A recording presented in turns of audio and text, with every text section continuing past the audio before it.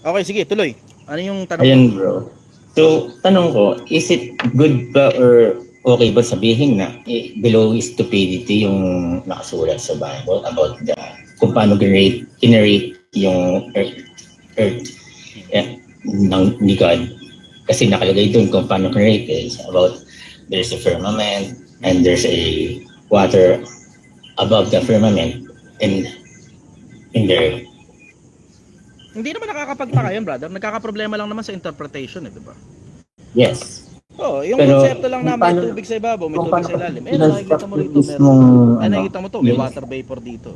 Di ba? Yan mismo yung tubig sa ibabaw, tubig sa ilalim. Di ba? Hindi naman nakakapagtaka yan eh. Nagkakaproblema lang naman dun sa konsepto na flat ba yan o bilog. Ang problema, wala naman kasi sinabi sa Biblia kung spherical o flat. Di ba? Pero kung sinabi diretso na flat, edi walang problema. Nasabi kasi sa kanya, circle siya nung create. Oo, meron din namang circle and spherical, brother. Di ba? Remember, merong circle and spherical. Yun nga, doon nagkakatalo. Tapos isa pa, wala akong nabasa kasing sphere sa Biblia. Ayan, ano ibig sabihin? Merong possibility na baka ang naiintindihan nila tungkol sa konsepto ng spherical, bilog. See? Possibly flat siya, di ba? So either, sa dalawa, kung ano yung first, yung pag-aaral doon. You have to ask the concept bakit kaya itinatago? At sino ang nagtatago? At anong pakinabang nila sa pagtatago nun at pag-iimbento ng panibagong konsepto? Diba? Until masagot yung mga tanong. Sige, go. Siguro, ang opinion ko about that, they want to mapalayo yung mga tao sa Biblia. For that. Siguro. Para malihis sila for division, for parang divide yung tao. Kung ang purpose ng pagtatago nun para mapalihis sa Biblia, edi tago na lang ang Biblia. Wala nang mag-imprenta ng Biblia. Kasi kung kaya nilang maglagay ng malaking kasinungalingan na flat ang mundo, pero bilog pala talaga yan, pero sinasabi ng mga tao, bilog yan, tapos ang totoo pala, flat pala. Sa ganong kalaking klase ng kasinungalingan, kaya mo nang tanggalin ng Biblia sa sangkatauhan. Diba? Actually, pwede namang tanggalin yung Biblia, pero yung kasi yung pinagkakapitan ng Vatican, hindi pwedeng tanggalin. Kasi yun pinalawak na yung Christianity. Kaya, hirap na silang tanggalin yan, tingin ko. Ako may malaking duda ako ron Asa sa mga pinakamalalaking dahilan, yun nga, going back to the original reasoning, na wala kasing presidente ng bansa na nagsasabi ng ganyan. Kasi, yun nga tira mo, pansinin mo, anong pangalan nito? Si Barack Obama. Si Barack Obama, tinanong siya minsan panahon doon sa programa ni Oprah, kung di ako nagkakamali, kung totoo ba na merong alien. Hindi si ano yun. Basta lalaki nagtanong sa kanya. Ang sagot niya, may mga bagay na hindi namin pwedeng sabihin sa inyo. Yun ang sabi niya. So merong possibility may alien, may possibility wala. Pero merong research ang Amerika kung may alien ba o wala. Classified yun. Classified. Pero tingnan mo, pansinin mo, as much as hindi sigurado ang sagot ng presidente ng Amerika tungkol sa konsepto na merong alien, walang presidente ng Amerika na nagsasabi na flat ang mundo. Wala ring presidente ng kahit na anong bansa ang nagsasabing flat ang mundo. Sa dami ng laban at digmaan na nangyayari sa iba't ibang parte ng mundo, imposible namang walang magsiwalat niyan sa mga presidente. So isa sa mga pinakamalalaking possibility na nakikita ko, nag-uusap-usap lang dyan mga conspiracy theories at mga ordinaryong taong bayan. Pero yung mga nasa iba-ibabaw ng lipunan, katulad nila Duterte, nila Marcos at ng kung sino-sino pa, wala silang problema dyan. Kasi tingnan mo, meron tayong UP telescope, meron tayong telescope dyan sa UP. Pag sinilip mo sa telescope, makikita mo ang Mars bilog Makikita mo yung ibang mga planeta bilog. Ba't pagdating sa mundo, flat pala? Diba? Gets mo yun? Paano nangyari yung iba bilog, tapos tayo flat? Paano nangyari? Ang hirap nun. Brother, pwedeng magdagdag ng info. Go, brother. Dun sa may mga documentation from kung paano ginagawa yung plano sa helicopter. Yung mga companies pinapasa yon sa NASA if pwede nang gamitin. At nakalagay sa documents nila na this is made for non-rotating Earth. Nakalagay doon. Flat and non-rotating Earth. So, doon pa lang sa mga documents kung paano ginawa yung aeroplane. Kaya tinawag nga pala siyang aeroplane kasi plane yung mismong plane, yung mismong ano na kapatagan natin, yung mismong earth plane. Hindi siya round, hindi siya Magkaiba sphere. ng spelling yung plane na P-L-A-I-N-E. Plane. Oo, magkaiba yun. Magkaiba yung plane na eroplano at saka yung plane na patag. Ay, Hindi pala spelling yung um, brother, pambira ka naman. Baka yun nga para yung sa sabi ko, baka ang platform, nakuha mo conspiracy theory. Kasi meron ding isang video ng isang conspiracy theorist na dinala nila sa sa North Pole, tapos doon ipinapakita nila diretso yun nga mismong video na yun, puta, nakatayo sila sa isang lugar na 24 hours hindi lumulubog ang araw, umiikot lang. 24 hours, hindi mo ngayon kayang ipaliwanag sa flat earth yan, hindi lumulubog ng 24 hours yung araw. Brother, yung pagdating sa sa araw, yung makikita natin lumulubog, diba, sa dagat. Pero actually, yun yung range ng visual natin eh. Visual Tama natin. ka. Pero Yun nga talaga yung range ng visual natin. Hindi siya actually lumulubog. Kasi pinag-aralan din yan kung paano nga ba. Parang tingin natin lumulubog ng araw pero hindi pala. Kasi lumalayo lang siya. Hanggang napakalayo niyan, yung vision natin, hindi na nakikita. Tama ka. So ang ibig sabihin nun, kapag ka nakakita ka ng isang lugar kung saan ang araw hindi nawawala, merong malaking possibility spherical talaga ang mundo. Tama? Kasi flat yan eh. So lumalabas, para mapaikot mo ng maayos yung 24 hours dyan, kailangan yung isang parte ng araw nandito, tapos umiikot pa ganyan. Ganyan na ikot nun kapag ka flat earth. Hindi naman nila tinututulan yan eh. Pero kapag ka yung araw hindi talaga nawawala sa paningin mo for 24 hours, then merong malaking possibility na pag ganyan ang ikot at ang araw nandito. Tama? Ganun ang labas. So, tignan mo yung video na nasa TikTok yun. Yung conspiracy theories. Marami kasing pag-aaral actually. Minsan nga nakakalito na diretso eh. Nakakalito nga. It's tama, very sa akin, unless sabihin ng gobyerno, kasi maingat kasi ang gobyerno sa pagsasalita eh. At halos lahat ng gobyerno sobrang ingat talaga dyan. Unless sabihin talaga ng gobyerno o presidente man lang, kahit retired na presidente. Sige, depende kung nangunguna, no? Oo, ito. So if you put it into consideration, tangina Brad, puta, ang laking bagay niyan. Isipin mo kung gaano flat pala ang mundo. Diba? Ang daming possibilities na pwede ngayong mangyari na baka merong something sa ilalim. Tapos ano yung nag-hold dyan para manatiling, alam mo yun, para manatiling flat? Kasi ang gravity, lahat ng mapapansin mo tungkol sa gravity, it holds something in the center eh, sa gitna. Brother, pagdating nga pala sa gravity, hindi ako naniniwala. Sabi nga raw nila, diba sabi nila gravity, diba, pinupul ka hanggang makapunta ka sa land. Nagtataka ako, bakit yung mga bulak, bakit nakakalipad siya dire-diretso by the air? Kung may gravity, dapat mabagsak siya, di ba? May mga hangin eh. Pero pagka nilagay mo sa isang vacuum, kahit ibon hindi kayang lumipad. Hindi ko alam kung ano yun, pero kahit ibon hindi kayang lumipad pag inilagay mo sa vacuum. Ano yun eh, density kasi yun eh. Kung gaano kasi kabigat yung mismong bagay eh. Pero nagpa-flap yung wings nila. Gravity kasi ano eh. Naglalagay ng hangin sa ilalim ng wings nila. Hindi ka panipaniwala gravity. Actually. So, ayun. Pwede pa ba Wala, waiting tayo ngayon. Waiting tayo. Antayin natin na may presidenteng maglabas ng ganyan. Kasi isipin mo, sa dami ba naman ng bansa sa mundo at sa dami ng presidenteng nagdadaan. Katulad sa Pilipinas, 6-6 na taon lang naman ang presidente rito eh. Pero wala pang kahit isa sa mga presidente ang nagsiwalat ng na flat ang mundo. Pero maniwala ka sa akin, kung halimbawa flat ang mundo at ako presidente, lalabas ko yan.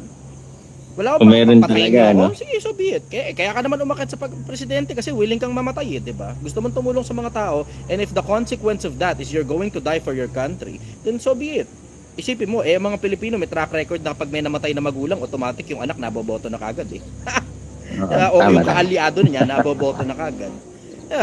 Kung ano yan yung mga bagay na kung halimbawa ako nasa person in power ako at napatunayan kung totoo yan at yan mismo ang sinasabi ng mga taga UP, di so be it. Puta, plat ang mundo. Pero wala kasi alam mo na yan yung mga bagay na pinag-uusapan ng closed door meeting lang, nilalagay sa internet. Pero kapag ka mga totoong scientifico talaga yung mga kausap mo na talagang actively in service sila, hindi mo sila maririnig na nagsasalita ng ganun eh. Halimbawa, yung regular na scientist na maitim na lalaki na nasa Amerika na naririnig mong sobrang charismatic talaga, siya mismo nagsasabi na hindi siya naniniwala tungkol sa Diyos, hindi siya naniniwala sa Biblia, etc. etc. Pero sinasabi niya rin at the same time na ang mundo spherical. So ngayon, ako naman, syempre, scientific ko yun. Tapos in active service pa yan. Tapos regular na ini-interview ng mga podcaster yan, katulad ng Joe Rogan. He holds a very credible stand in relation to that. Pero ang pinakamalaking credibility talaga para sa akin, yung konsepto na pag-presidente ka ng bansa, sinabi mo yun, ay putang, natignan natin. Pero hanggat wala pang presidente ng bansa na nagsasabi ng gano'n, sa mga magkakalabang bansa, I'm sure you will agree yun with lang. me na sobrang credible nung brother. Pag may nagsalitang presidente na, halimbawa, Vladimir Putin, bababa na ako sa posisyon, plat talaga mundo, mga gago. Ayan si Neil deGrasse. Pagka si Putin Well, na nagsabi nun, o si Trump na Isa nagsabi sa mga nun. top lang na narinig ko na naniniwala na flat ang mundo, yes, yung NBA player na si Hindi talaga katakataka na magkaroon ng mga malalaking taong naniniwala sa ganun. yes. Kasi maraming detalye, brother. Minsan sa karamihan ng detalye, malulunod ka talaga. Malulunod ka, tinan mo, isipin mo to Eto, dito lang tayo sa buhay na to.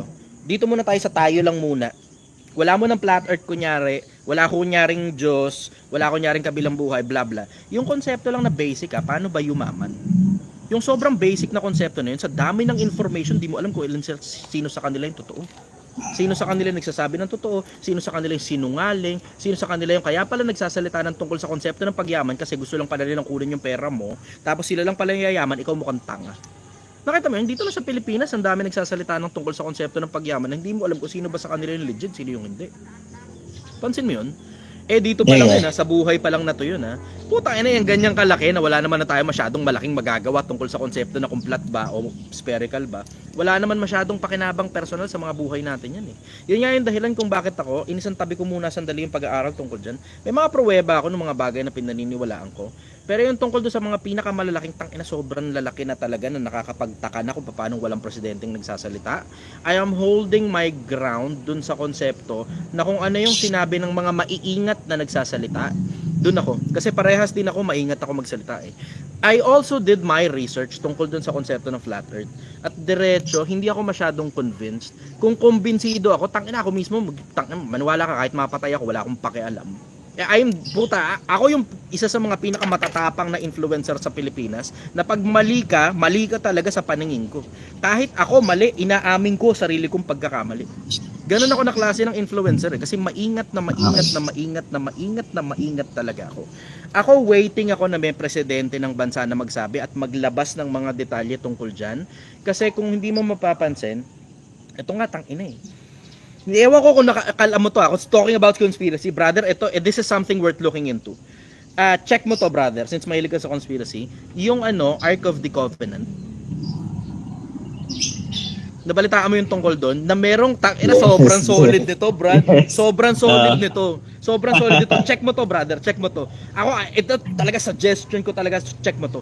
Merong tawag dito, dineclassify na document sa Russia na allegedly nakita nila yung Ark of the Covenant tapos binabantayan daw ng mga entities. Official na document sa Russia Official document yan under Russian government. Hindi yan parang nilabas lang ng sinong conspiracy theorist. Russian government allegedly ang naglabas nun. Check mo yun, brother. Tangina, that's something worth looking into. Check mo yun, baka sakaling magkaroon ka ng interest. Okay. I'll check it. Follow-up Pagdating question, naman, brother. brother, siguro sa hindi kasi ako naniniwala doon sa paano tayo mag-revolution sa paano tayo mag-rotate.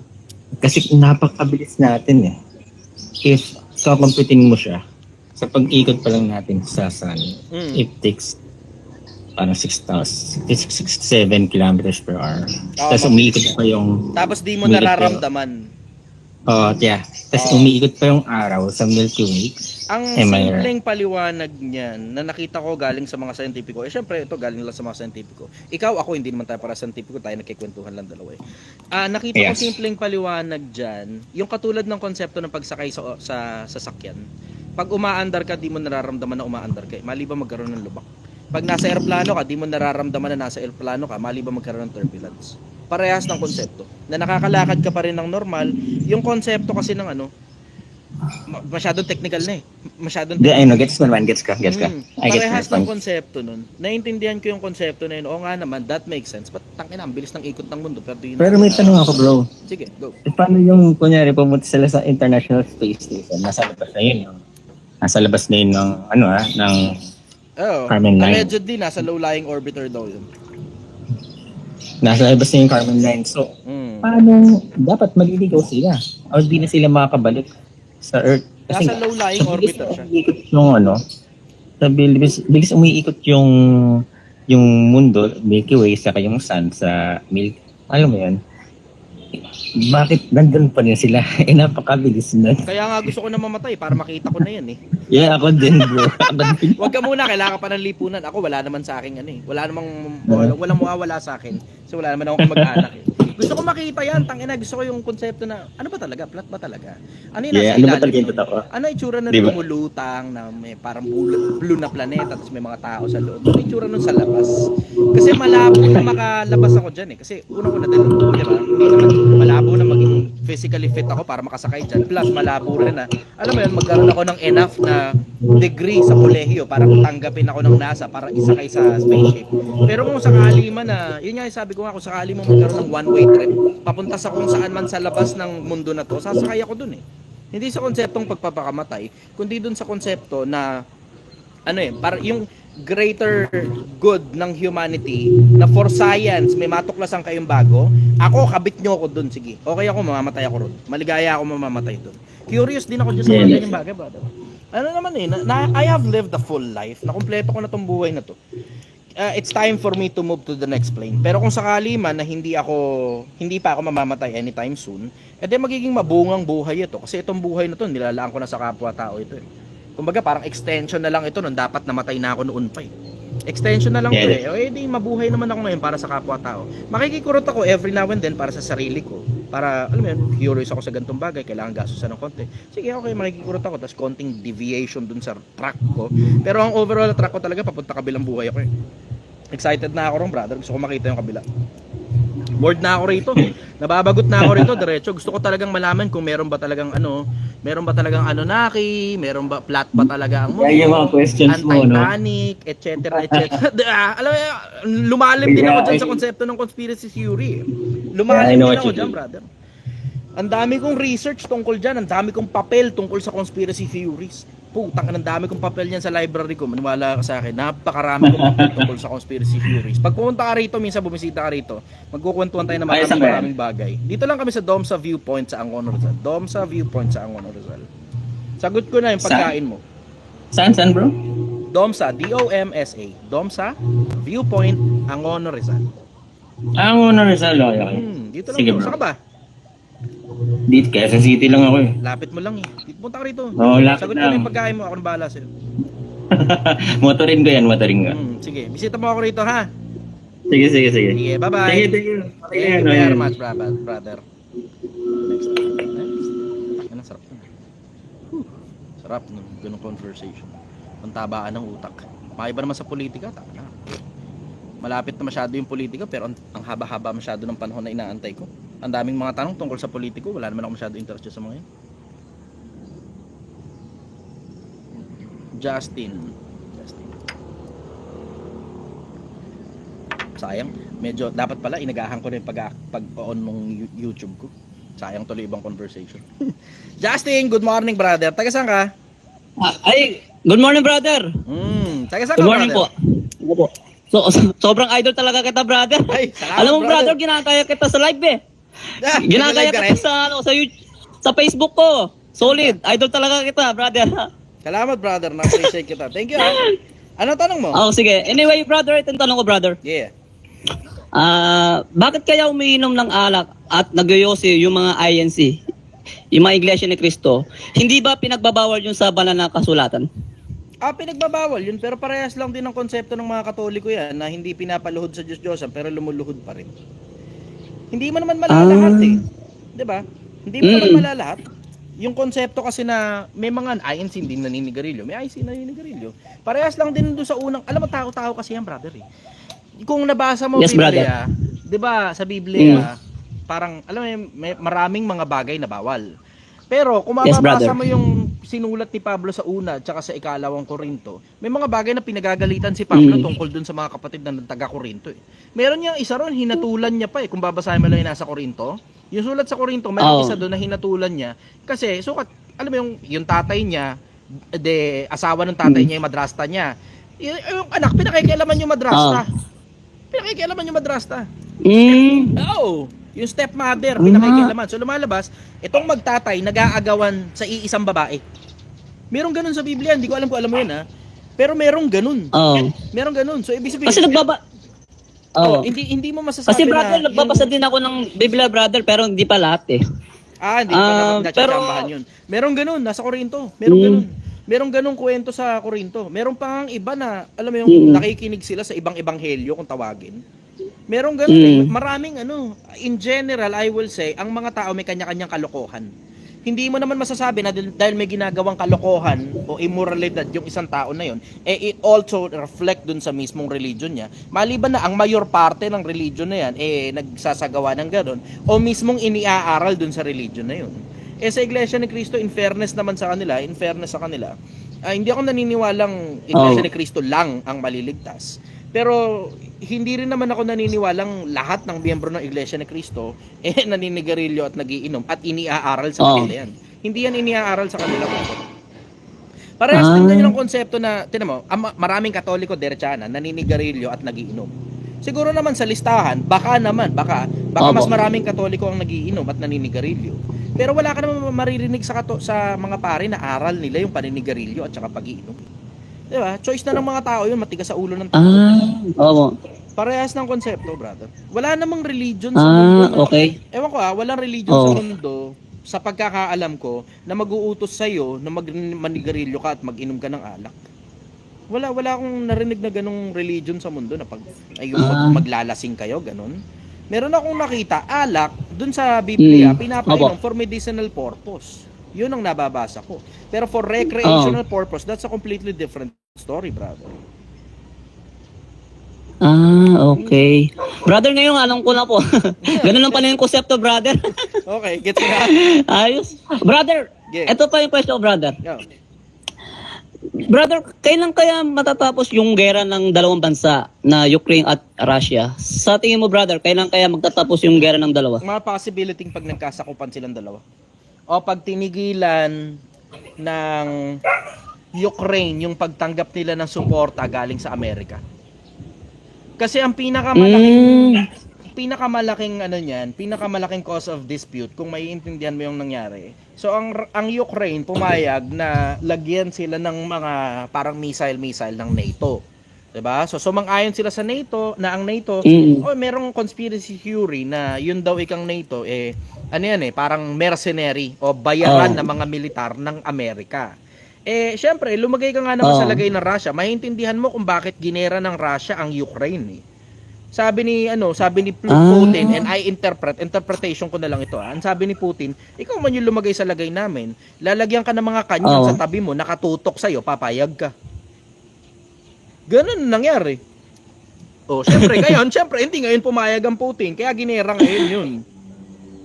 Ang hinihingi ng Russia in general doon sa pinaka-umpisa pa lang, tanggalin yung mga missile ng NATO.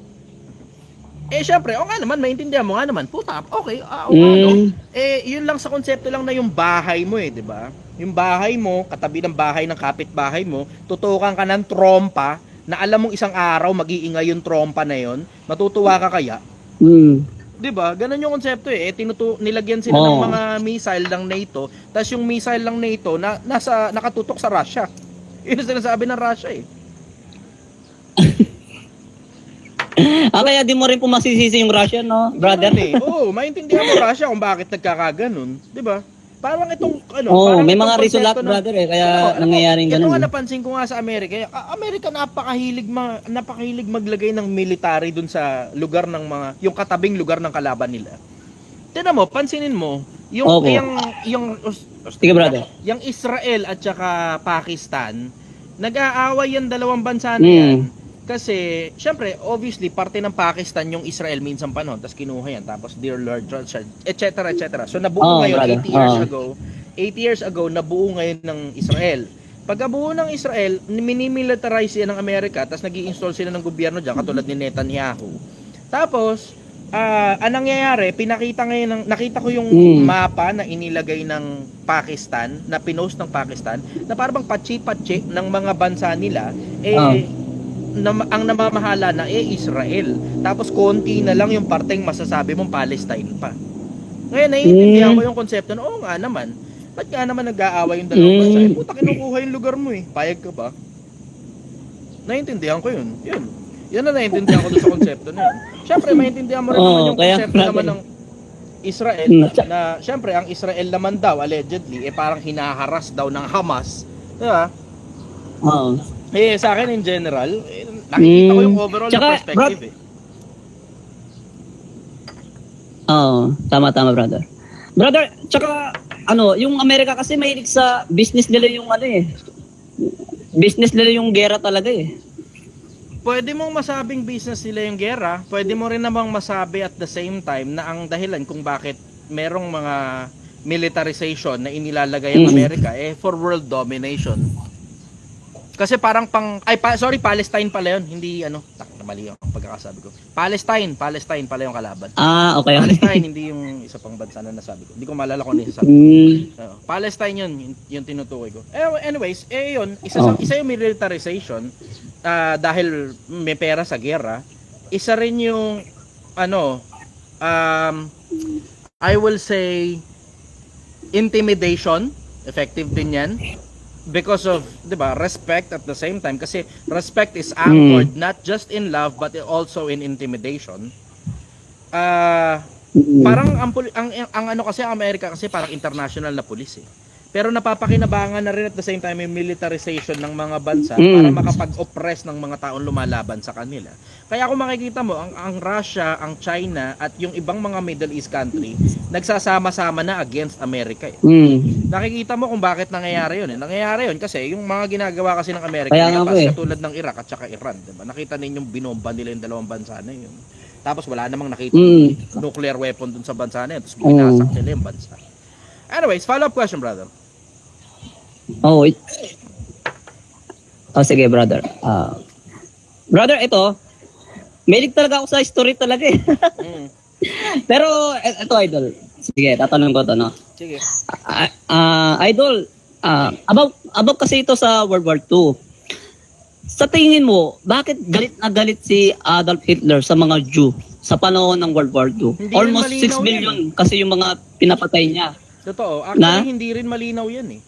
Hinahanap ko kung ano dahilan bakit kaya galit na galit siya sa mga Hudyo. Kaya brother, gusto ko rin malaman from you, mula sa iyo eh. Ako, dami ko na pagtanungan, hindi nila masagot yung pinaka-main eh. Hindi talaga masyadong malinaw eh. Based on my research, isa yung political reason na possibly ang dahilan. Teka lang, sandali, relax, sandali. Possibly ang dahilan because of political reason na ang nagmamayari ng maraming mga malalaking kumpanya ay mga Hudyo. Isa yon. Pero merong sinasabi ng mga conspiracy theory na ang dahilan daw parang yung nanay niya namatay dahil sa isa sa mga doktor na Hudyo. Meron naman akong naririnig na parang binubuli daw siya ng mga Hudyo ng mga panahong bata siya. May mga ganong conspiracy theory. So hindi mo talaga alam kung ano eksakto talaga yung totoo, brother. Yun. Kaya nga brother eh. Pati yung alam ko po yung tatay niya ni Adolf Hitler po, half Jew. Palagi siyang pinapalo kapag bagsak sa school. Isa pang ring conspiracy theory yan. Kasi hindi official yan eh. Hindi malinaw talaga eh. Hindi talaga malinaw kung ano ba talaga eksakto yung galit ni Adolf Hitler sa mga Hudyo. Basta ang sinasabi niya, tinetake over daw yung bansa nila at marami daw mga malalaking negosyo including banking na ang nagmamayari ay mga Hudyo. Yun ang official statement. Ganun pala yun. Allegedly, yun ang official statement. Yun ang masasabi ko tungkol dun. Syempre, maintindihan mo nga naman kapag kaya yung bansa mo, diba? Alam mo yung ang nagte-take over na ibang mga lahi na yung mga yan, nakikipamayan lang naman sa. Syempre, ikaw rin naman, di ka rin naman matutuwa. Pero hindi naman at the extent na papatayin mo na yung mga tao, pwede mo naman paalisin na lang, diba? Kaya nga po eh. Kasi ano eh, grabe na yung brother eh. 6 million? Oh, wala naman. Tapos naman na yun eh. Wala ka ng concession nun. Tapos naman na yun. Parang kapatid mo na si Satanas na. Oo, totoo. Totoo. Nagme-make sense naman yun. Tama ka nga naman doon. Grabe. Oo nga po. Hindi naman Siya na pong nakagawa ng ganun, brother. Hindi. Marami mas malalaki pa kaysa doon. Baka hindi mo lang na-research, pero maraming mga mas malalaki pang mga genocide na nangyari in the past. Yung Ottoman Empire. Sa bagay. Yung, marami pang iba pang mga nangyari Kay Nero. in the past. Kailan Nero, 'di ba? Maraming ganyan na mass murder ng mga tao. Maraming ganyan na nangyari in the past. Baka hindi mo pa lang na-research. Worse, no? Happy Batman, Mongols. Brother, ito next question ko. Sige. Naniniwala ka ba sa mga prediction ni Rudy Baldwin at ni Jay Costura? Hindi ako naniniwala ron. Madali naman yung ginagawa nila eh. Kung napanood nyo yung video ko na nanghula ako na magkakaroon ng malakas na lindol sa Davao. Wala pang kalahating buwan. Sobrang lakas na lindol. Magnitude parang 7 yata yun o 6 ganun. Malakas na lindol nagkaroon sa Davao. Wala pang kalahating buwan mula nung sinabi ko yun. Kahit ako, kaya ko rin yung ginagawa nila, brother. Hindi ko lang talaga ginagawa yun kasi panluloko ng kapwa yun. Merong pattern na pwede kang makita. Alam mo, paniniwalaan mo lang yung hula na yan kapag ka eksaktong oras, eksaktong araw. Tinan mo, pansinin mo. Nung si Cristo nagsabi, basta paniniwala natin sa banal na kasulatan, nung si Cristo nagsabi na magkakaroon ng digmaan 70 taon, nagkaroon talaga ng digmaan 70 AD. Nung sinugod ng Roman Empire ang Israel, tapos nawasa ka Israel. Sinabi ni Cristo yun 70 taon. Nagkaroon talaga ng gera 70 AD. 'Di ba? Yun kapani-paniwala yun. Pero yung mga hula na ngayong taon may mamamatay na sikat na artista, tangina mo, taon-taon naman may namamatay na sikat na artista, ano ba naman? Yeah. Magkakaroon na malakas na lindol. Lagi naman lumilindol. Yeah. Magkakasunog, lagi naman nagkakasunog. Ano ba yan? Kaya nga pa eh. Diba? Magaling ka pala manghula. Ba't sige nga, hulaan mo nga yung mananalong loto. Siguro, diba, yung winning combination bukas. Pag yan, puta, nahulaan mo yung winning combination, okay, sige, paniniwalaan kita dyan, puta ka. Ganun lang naman yun eh. Ayos, brother, no? Ay, brother, eto pa, may tanong po ko, brother. Yung hula nila, paano hindi kung yung natapos prophecy. mo na po yung Project 1M? Titignan mo lang ba yung Tama na. Yung hula nila, yung sinigang na baka? Teka muna, sandali. Yung hula nila, hindi yung prophecy. Yung hula nila, guessing. Kahit sino pwede magkaroon ng, calculated guess. Calculated guess. Okay. Get tuloy. Okay. Sige, brother, sabihin ko na yung tanong ko. Sige, go. Brother, kapag na-reach mo na yung 1M project, titignan mo na ba yung yung sinigang na baka? Hindi ako sigurado. O tuloy-tuloy pa rin? Depende kung may mga mananatili sa aking empleyado ko ngayon. Pag may mga mananatili sa aking empleyado ko ngayon, baka ituloy ko. Kasi syempre kawawa naman yung mga empleyado ko, saan sila pupunta? Kanya-kanyang hanap na naman ng trabaho. Tama. Baka, brother, yan pong bilib ko sa'yo, yun tuloy na pagtulong eh. Kasi ang kinukuha mo, yung mga siraulong tao, yung mga dati na nakulong, mga di ba? Gusto mo lang silang mabago, di ba? Siyempre, binibigyan mo sila ng oportunidad eh. Totoo. Yan yung mas lalo kang pagpapala ni God dyan. Sana. Sana hindi lumabas kasi, ng hipokrito kasi nasa social media ito eh. Baka tignan kasi ng Diyos na, tangina mo Chester, yung mga pinaggagawa mo, social media lang yan. Kaya nga yung dahilan kung bakit nagtatago ako ng maraming mabuting gawa sa kabilang buhay na kaming dalawa na lang ng Diyos ang nakakaalam eh. Para hindi, sayang kasi yung, di ba, ang dami kong nagawa sa social media. Tapos pagdating sa tunay na buhay, wala palang tinatanggap din ng Diyos kasi nakaharap yung camera. Di ba? Mahirap eh. Yan. Tama, brother. Ayaw mo, brother, kasama ka sa prayer ko na idadaling ka ni God sa kabilang buhay. Na kasama mo siya doon. Siyempre, ang daming nagmamahal sa'yo, brother eh. Salamat, ay, importante sa'yo, siyempre, di ba, maging mabuting tao, di ba? Na-appreciate kita, brother. Thank you. Yun lang naman ang hingi ko sa inyo. Brother. Yun lang ang hingi ko sa inyo. Hindi naman na pera. Okay na. Sunod ako sa lahat na meron ako. Maligaya ako sa lahat ng achievement sa buhay. Follow-up question, brother. Baka meron yes. Eto, brother, saan mo nakuha yung kakaibang karunungan na mayroon ka? Kasi sobrang dami mong alam eh. Sobrang talino mo, brother. Parang ikaw si Brother Eli Soriano. Halos na sa'yo na ang lahat, brother. Parang ano yan, Daniel Padilla, ganun. Nasa iyo na ang lahat. Kaya nga eh. Kaya hindi ganun. Malayo ako ron Una. kasi unang-una, religious leader yun eh. Religious leader siya eh. Sino naman ako? Wala ako ordinaryong taong bayan. Nakakita ka lang ng konting resemblance kasi depende yan sa pinakikinggan mo eh. Pag ang pinakikinggan mo, mga ministro ng Iglesia ni Cristo, maririnig mo ako na parang akala mo, nakikinig talaga ako sa Iglesia ni Cristo. At nakikinig talaga ako sa Iglesia ni Cristo. Pag narinig mo datindaan, nakikinig ako kay Brother Eli. Nakikinig talaga ako kay Brother Eli. Pag narinig mo si Zakir Naik, minsan mapapansin mo, parang tunog Muslim ako. Nakikinig kasi ako kay lahat ng religious leaders, pinakikinggan ko, brother. Pero hindi yan sa konsepto Tsaka di ka na, na di-disclose. hindi yan sa konsepto na alam mo yun, parang kasing galing si brother. Hindi ako interesado sa ganun eh. Mataas sa tao yung mga taong tinutukoy mo, hindi naman ako importanteng tao, vlogger lang naman ako eh, di ba? Wala, ordinaryong tao, may opinion lang. Matataas sa tao yung binabanggit mo. Brother. Tatanong mo saan galing? Masipag kasi akong umalam. Masipag akong magbasa. Tapos pwede sabihin mo, bigay na rin ng Diyos, ganun. Pwede. Pero masipag kasi talaga akong umalam eh. Ang Diyos naman hindi nagbibigay ng karunungan sa mga taong tamad eh. Diba? Bibigyan niya yung gusto niyang bigyan. Kaya nga, Pero brother. yung mga paghihirapan mo, tatrabahuhin mo yan. Tama. Tatrabahuhin mo yan. Yun. Follow-up question, brother. Tsaka brother, no, talagang tataba mo talaga yung utak mo, no? Tsaka gagalingan mo talaga doon sa bagay na ginagawa mo, di ba? Siyempre, brother, lahat yan nakasave sa akin, lahat yung mga yan. Matagal na kita sinusubayan, brother. Sipag ah. Siyempre, di ba? Tsaka brother, gumawa ko ng mga reels. Ginagaya talaga kita eh. Sinasabi ko natawa sa akin mga kaibigan ko eh, sa Facebook, sabi ko, sa sobrang dami mong pera, sa sobrang pogi mo. Tama, sabi ni Benedict Allegado. Sabi, wag puro cellphone kasi. Tama nga naman. Wag kasi puro cellphone. Hindi, nakadepende yan kung saan mo gagamitin yung cellphone. Pag ginamit mo sa kapakipakinabang na bagay, mapapakinabangan mo rin pati taba ng utak mo eh. Kasi maraming information nasa internet tapos yung access natin nasa cellphone eh, diba? Pero syempre, alam mo yun, nood ka lang ng bold, tapos jakol ka lang maghapon, putang ina, wala ka talaga mararating. Brother, kung dadalhin mo lang sa kapakinabang, di ba?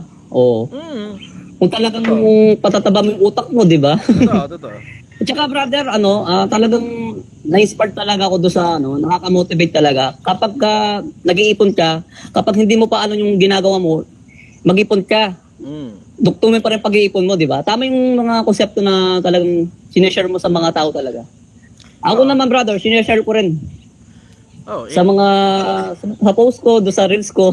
Ginagaya ko talaga kita pa, brother, kahit sa formahan ko. Pati mga sing-sing, pati yung wala na ng apron bibili ako eh. Kasi nagtitinda ko ng fishball eh. 3 piraso lang din damit mo. Gaya na ito brother eh. Natutugin sila sa akin eh. Labasuot lang naman ako ng damit eh. Hindi ko kailangan isang kumpol ng mga damit, tapos tatama rin ako maglaba kasi kailangan isang buong maghapon para maglaba. Hindi, wala. Kaw lang, tapos sabon, ganun, tapos kilig-gilig. Opo, brother. Yun, sampay na sampay na agad yun. Tapos kinabukasan, yun na ulit yung susuotin. 3 piraso lang damit ko. Hindi masyado mahirap paglaba. Yung iba, dahil damit, putang na, alaan ka pa isang araw para lang maglaba, nakakatamad kaya maglaba, lalo pag lalaki ka. Kung babae ka, siguro matitigas mo yan, pero pag lalaki ka, nakakatamad. Follow-up question, brother. Kaya nga ito eh. Ito brother, nagustuhan ko po yung konsepto na kapag mag-a-abroad, pag balak bumili ng bahay, pag uwi ng Pinas ay yung magtatayo ng apartment, tapos isa doon sa butas ay doon ka titirahan. Practical yung kaya brother. Yung narinig ko sa'yo, yung ganong konsepto ay ginilangan ako kasi nagiging asset talaga yung apartment eh. Kaya bilid talaga ako sa suggestion mo brother. Ano ba to? Kahit super saan practical talaga. Nakatutok sa akin spotlight. Spotlight, nandito lang talaga sa mukha ko. Pag dito ka, wala. Dito ka sa kabila, wala rin. Spotlight, tangka sa mukha ko lang talaga nakatutok yung spotlight. Sa ilong ko. Kitang kapugoy mo brother. Sige, tuloy brother. Tuloy mo yung tanong mo. Sorry, na-istorbo lang ako nung araw. Okay. Kasi brother, ganito yun eh. Nagustuhan ko yung konsepto na kapag mag-abroad ka, yung instead na bibili ka ng bahay, ay magpapatayo ka ng apartment. Baka kukunin na pala ako, kailangan ko lang tumutok. Brother, wag muna. Ang dami pang kailangan ka pa namin. Marami pang ang dami pa nagmamahal sa'yo, brother. Maraming ka pang dapat salamat sa matulungan ng mga pagmamahal tao nyo. dito. Pero gusto ko na tumuhin sa kabilang buhay. Wag mo na, brother. Salamat. Wag mo na. Kawawa Anyway, yung sige, mga tuloy. Doon tayo sa tanong mo. Yun yung pakikinabangan ng mga tao. Kuha ka upuan, brother. Sige. Hindi, nagustuhan ko kasi yung konsepto na kapag mag-abroad ka, yung balak mo, balak mo, pag uwi mo sa dito sa Pinas, pag balak mong bumili ng bahay, instead na bahay bibilin mo, ay magpapatayo ka ng apartment. Tapos, isa doon sa butas ay doon ka titira. Kaya yung narinig ko sa'yo na konsepto na yun, ginalaan ako kasi nagiging asset siya di ba? Nagkaroon ka ng Kaya pag-asa, bilis talaga ako sa mga suggestion mo, brother. Practical talaga, super practical. Syempre, ganun talaga kapag hindi ka na interesado sa pera ng kapwa-tao mo Hindi ka man loloko ng tao. Pag interesado ka pa, may hapyaw pa yan Pero yung pang tuition fee mo, pang business mo lang. Puta ka. MJ Lopez. Yung mga ganyan, networking. Sa akin, Para simple yung lang pera naman mo, ilalagay sa bulsa nila, diba? Yun yung yun sana yun na i-goal ninyo. Yung kung magkano ba talaga hinahabol mong tuloy-tuloy na pumapasok sa'yo, pag naabot mo yun, magpo-focus ka na sa ibang bagay ng buhay, basta hindi bumababa doon sa kung magkano naman yung hinahabol mo. Tama po. Ang tawag nila doon, point of abundance Yun yung yun yung sana marating nyo ASAP, point of abundance Kung saan yung pumapasok sa pera, okay ka na ron, maligaya ka na ron. Kung madagdagan, hindi ka na maipokrito, ayos lang. Pero kung alam mo yun, kung yun na talaga yung pumapasok na pera sa'yo, magpo-focus ka na sa ibang mas importante pang bagay kaysa sa pera. Hindi ko maintindihan doon sa iba, tangna, 25 years old, pag hindi ka pa mayaman, kasalanan mo yan. Wow, tangna, sabi ko. Yes, tama. Iling na lang ako nung nabasa ko yun Paano kung financial literacy natutunan mo, medyo kwarentahin ka na, di mo kakantanga ngayon? Ewan ko, mga tao talaga. Ewan ko, putang ina. Mataas talaga masyado ang tingin ng ibang mga tao sa mga sarili nila. Pag yun talaga, kapag bata ka nagkaroon ng maraming pera, yabang mo rin Kaya nga. Pag di ka tinuruan ng magulang mo ng kababaan loob. Brother, para si Josh Moy ka. Bahala ka na. Pero sa akin, in general, may hindi ako masyadong mahilig magpangalan Bira lang ako nagpapangalan. Ang dahilan kasi may pakinabang dun sa pattern. Kasi yung pattern na yan, nagpapaulit-ulit lang naman yan Ngayon, pag nakita mo na yung parehas na pattern sa ibang influencer, alam mo nang hindi tama yun. Tama. Paulit-ulit lang yan. Yung mga ganyang pattern, paulit-ulit lang yan. Kumbaga cycle lang din. Yung mga pastor na nagta-tights, gano'n, nagtuturo ng tights. Yung mga yung mga politikong namimigay ng pera, yung mga influencer na sinasabing yung pan-tuition fee mo, ipang-business mo lang, wag ka na mag-aral, dumiskarte ka na lang. Yan yung mga mga buboy mga yun Tignan mo, pansinin mo, paulit-ulit lang naman yan Pare-parehas lang na cycle yan Ngayon, dahil sa social media tayo, parang naninibago kayo, may mga lumilitaw na mga mayayabang na mga tao dahil sa mga sports car nila. Pero paulit-ulit lang yan, kahit sa Amerika, marami nang lumitaw na may sports car. Ngayon nga, bumabaho na yung amoy kapag ka naka-sports car ka Ngayon, medyo bumabaho na yung amoy sa ibang bansa pag naka-sports car ka. Merong binabanatan ngayon doon na gym instructor, naka-sports car, naka blah blah, Rolls Royce, na gym instructor siya, na ngayon hindi na natutuwa ang mga tao sa kanya dahil doon sa yung nilulubog yung kaya sa yelo. Tapos tatalon sa swimming pool, 3 minuto mula pagtalon hanggang pagbagsak. Nagkamali yata editor niya doon. Nakakatawa yun. So, anyways, follow-up question, brother. Eto, brother, may balak ka bang mag-asawa at magkana? Hindi ako sigurado, brother. Diyos na lang magsasaysay niyan. Ako, personal, wala sa plano ko. Ngayon, wala sa plano ko. Kakahiwalay ko lang 6 na buwan na nakakaraan. Dahil masakit pa yung puso mo, brother. Alam ko yan. Hindi naman. Hindi sa ganun. Hindi lang talaga ako interesado sa ngayon na maistorbo tungkol sa konsepto ng pag-ibig. Dahil mas mahal ko kapwa-tao ko kaysa sa mahal ko sarili ko Wow. Mas practical ako, Brad. Diretsahan lang. Si Ashton Hall daw yun. Yung nababash. Si Ashton Hall yung nababash sa Amerika ngayon. Anyways, ako kasi practical ako Paano practical? Kalahati na ako ng buhay ko, Kalahati na ako ng buhay ko. So, ibig sabihin, pag halimbawa, nag-anak ako ngayon, 20 years from now, tsaka palang makakalagwa yung bata, tapos na ng kolehiyo siguro yun, puta, ilang taon na ako nun. Hindi ko naman alam kung papakinabangan niya yung mga bagay na itinuro ko sa social media. Hindi ko alam kung magagabayan ko ba yung bata na yan. Diba? Alam mo yung parang pakiramdam ko masyado na akong matanda para mag-anak. Tapos, alam mo yung pakiramdam din at the same time na practical kasi ko eventually mamamatay ako and I'm probably going to die anytime soon dahil sa tabil ng bunganga ko. Magaspang yung bunganga ko Marami ng politiko galit sa akin, case di nyo alam. Ayoko sila i-promote Taka na, obra sa akin ngayon, milyon. Ayoko silang i-promote eh. Grabe. Yung mga tropa kong politiko, alam ko yung iba sa inyo nanonood sa akin, huwag na kayo sumamalo. Mag-tropa pa rin naman tayo eh. Hindi ko lang talaga gagamitin Kaya yung nga. platform ko pang promote ng politiko in general. So huwag kayong mag-alala, as much as kayong mga kaibigan kong politiko, kasi ang dami nilang bumibisita rito eh.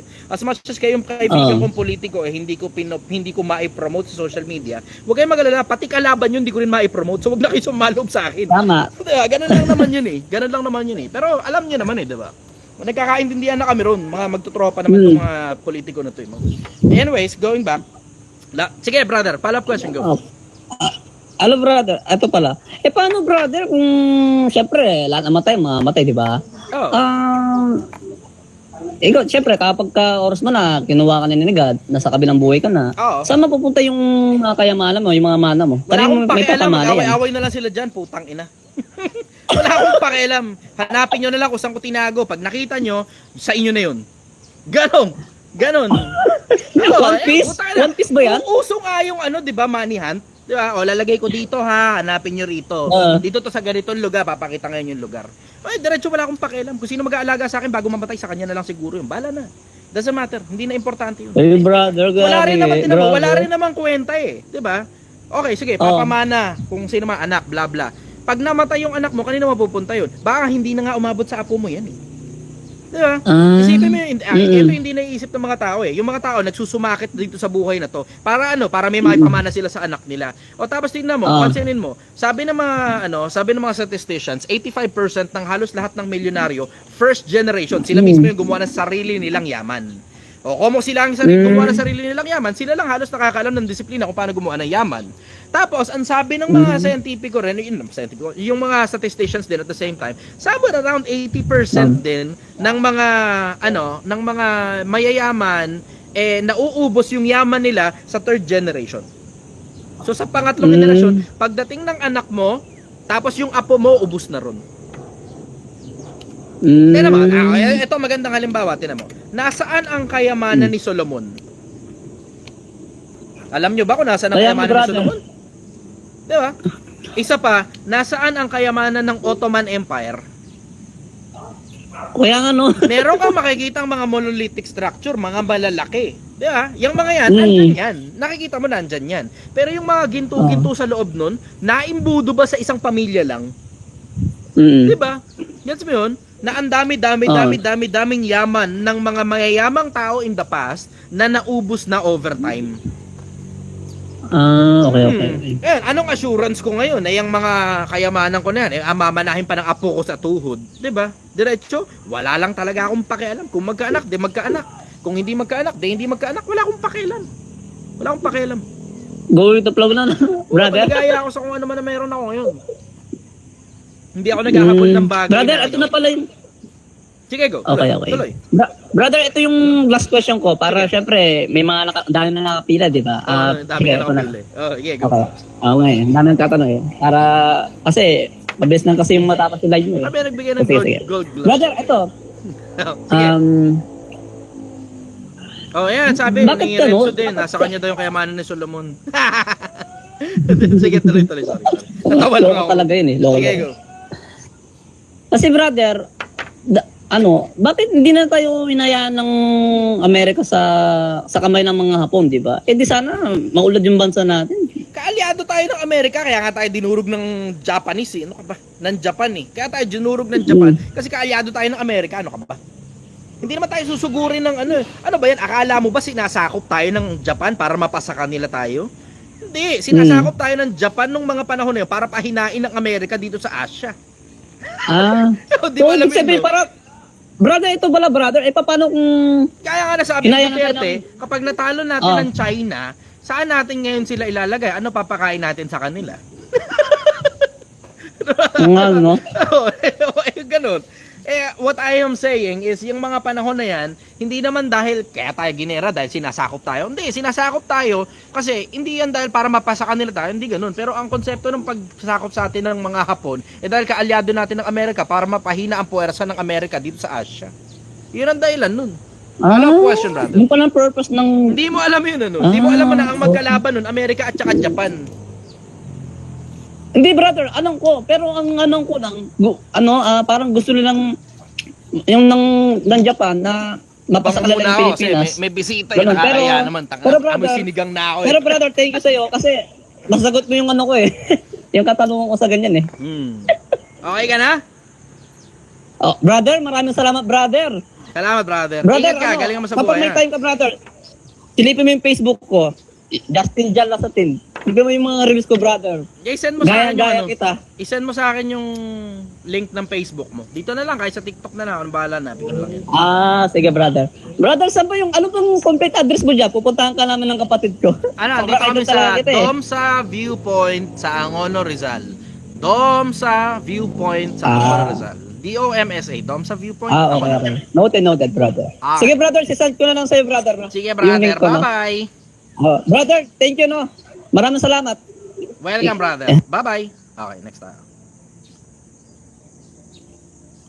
Van Mark.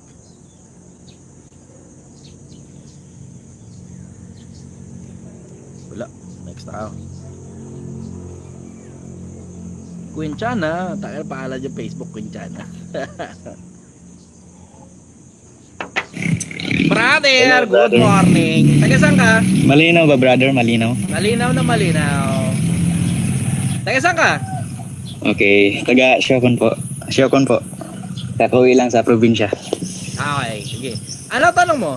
Hindi, sagutin ko lang muna to. Hindi ko kilala to eh. Dito po. Ang sabi ni Okay po. brother, ano masasabi mo kay Darzel Robles na mali ka daw ng kinuha na tao? Mali naman talaga ako ng kuha ng tao. Bakit? Kasi normal kasi kukuha ng tao matitino. Eh ako kinukuha kong tao mga siraulo eh. Tama naman siya. Hindi ko nga kilala kung sino yun eh. Anyways, go tuloy. Isa lang po tanong ko, brother. Sige. Paano kung yung mga tumatakbong politiko parehas namimigay ng pera pagdating sa eleksyon? Dito kasi sa lugar namin, ginagawa ng tradisyon na namimigay ng pera. Eh di ko naman Tuwing pera. election, Tapos, kung umabot- gusto mo. Bawasan mo yung pera Up to nila. 10K bawat tao. Oo. Yung bigay I-bottom, ang bottom line niya, takbong brother, politiko. hindi na importante kung kinuha mo yung pera o Anong hindi. take-away mo? Brother? Tatanggapin mo yung pera, tapos iputo na lang yung matino-tinong politiko. Oo. Kasi sabi ni Duterte, Ah. kunin mo, ubusin mo yung pera atin niya, kunin yung Indian. Diretso, it doesn't matter kung kunin mo o hindi, ibibigay pa rin nila yung mga Yun pera lang po, na yan. brother. Bahala ka na kung gusto mo kunin. Bahala ka na kung hindi. Bahala ka na, nasa sayo yan. Pero ang bottom line, iboto mo kung sino gusto mong iboto. Yun ang bottom line nun. Bahala ka na kung gusto mong kunin o hindi. Ako kasi personal hindi lang talaga ako tumatanggap. Okay, brother. Pero kung kailangan Sige, mo, brother. Thank you. bahala ka na. Okay. Next tayo. Next tayo, next. Banmark. Ito, bago yata to. Ngayon ko lang nakita yung pangalan niya rito. Banmark. Yan. Brother, good morning. Taga saan ka? Hello. Taga saan ka, brother? From Italy. Italy. Okay. Kay Chester, boss, gusto lang namin na yung payo nyo kung ano masasabi nyo sa OFW, kung ano mapapayo nyo sa amin. Kasi parang first time namin sa OFW dito. Wala pa kami maipon sa Italy. Sa Italy. Oh. Tangina, ayos. Mukhang sinuwerte ka. Nakapagtanong ka ng matino. Suwerte ka. Kasi karamihan sa mga OFW hindi nagtatanong tungkol dyan sa payo sa OFW eh.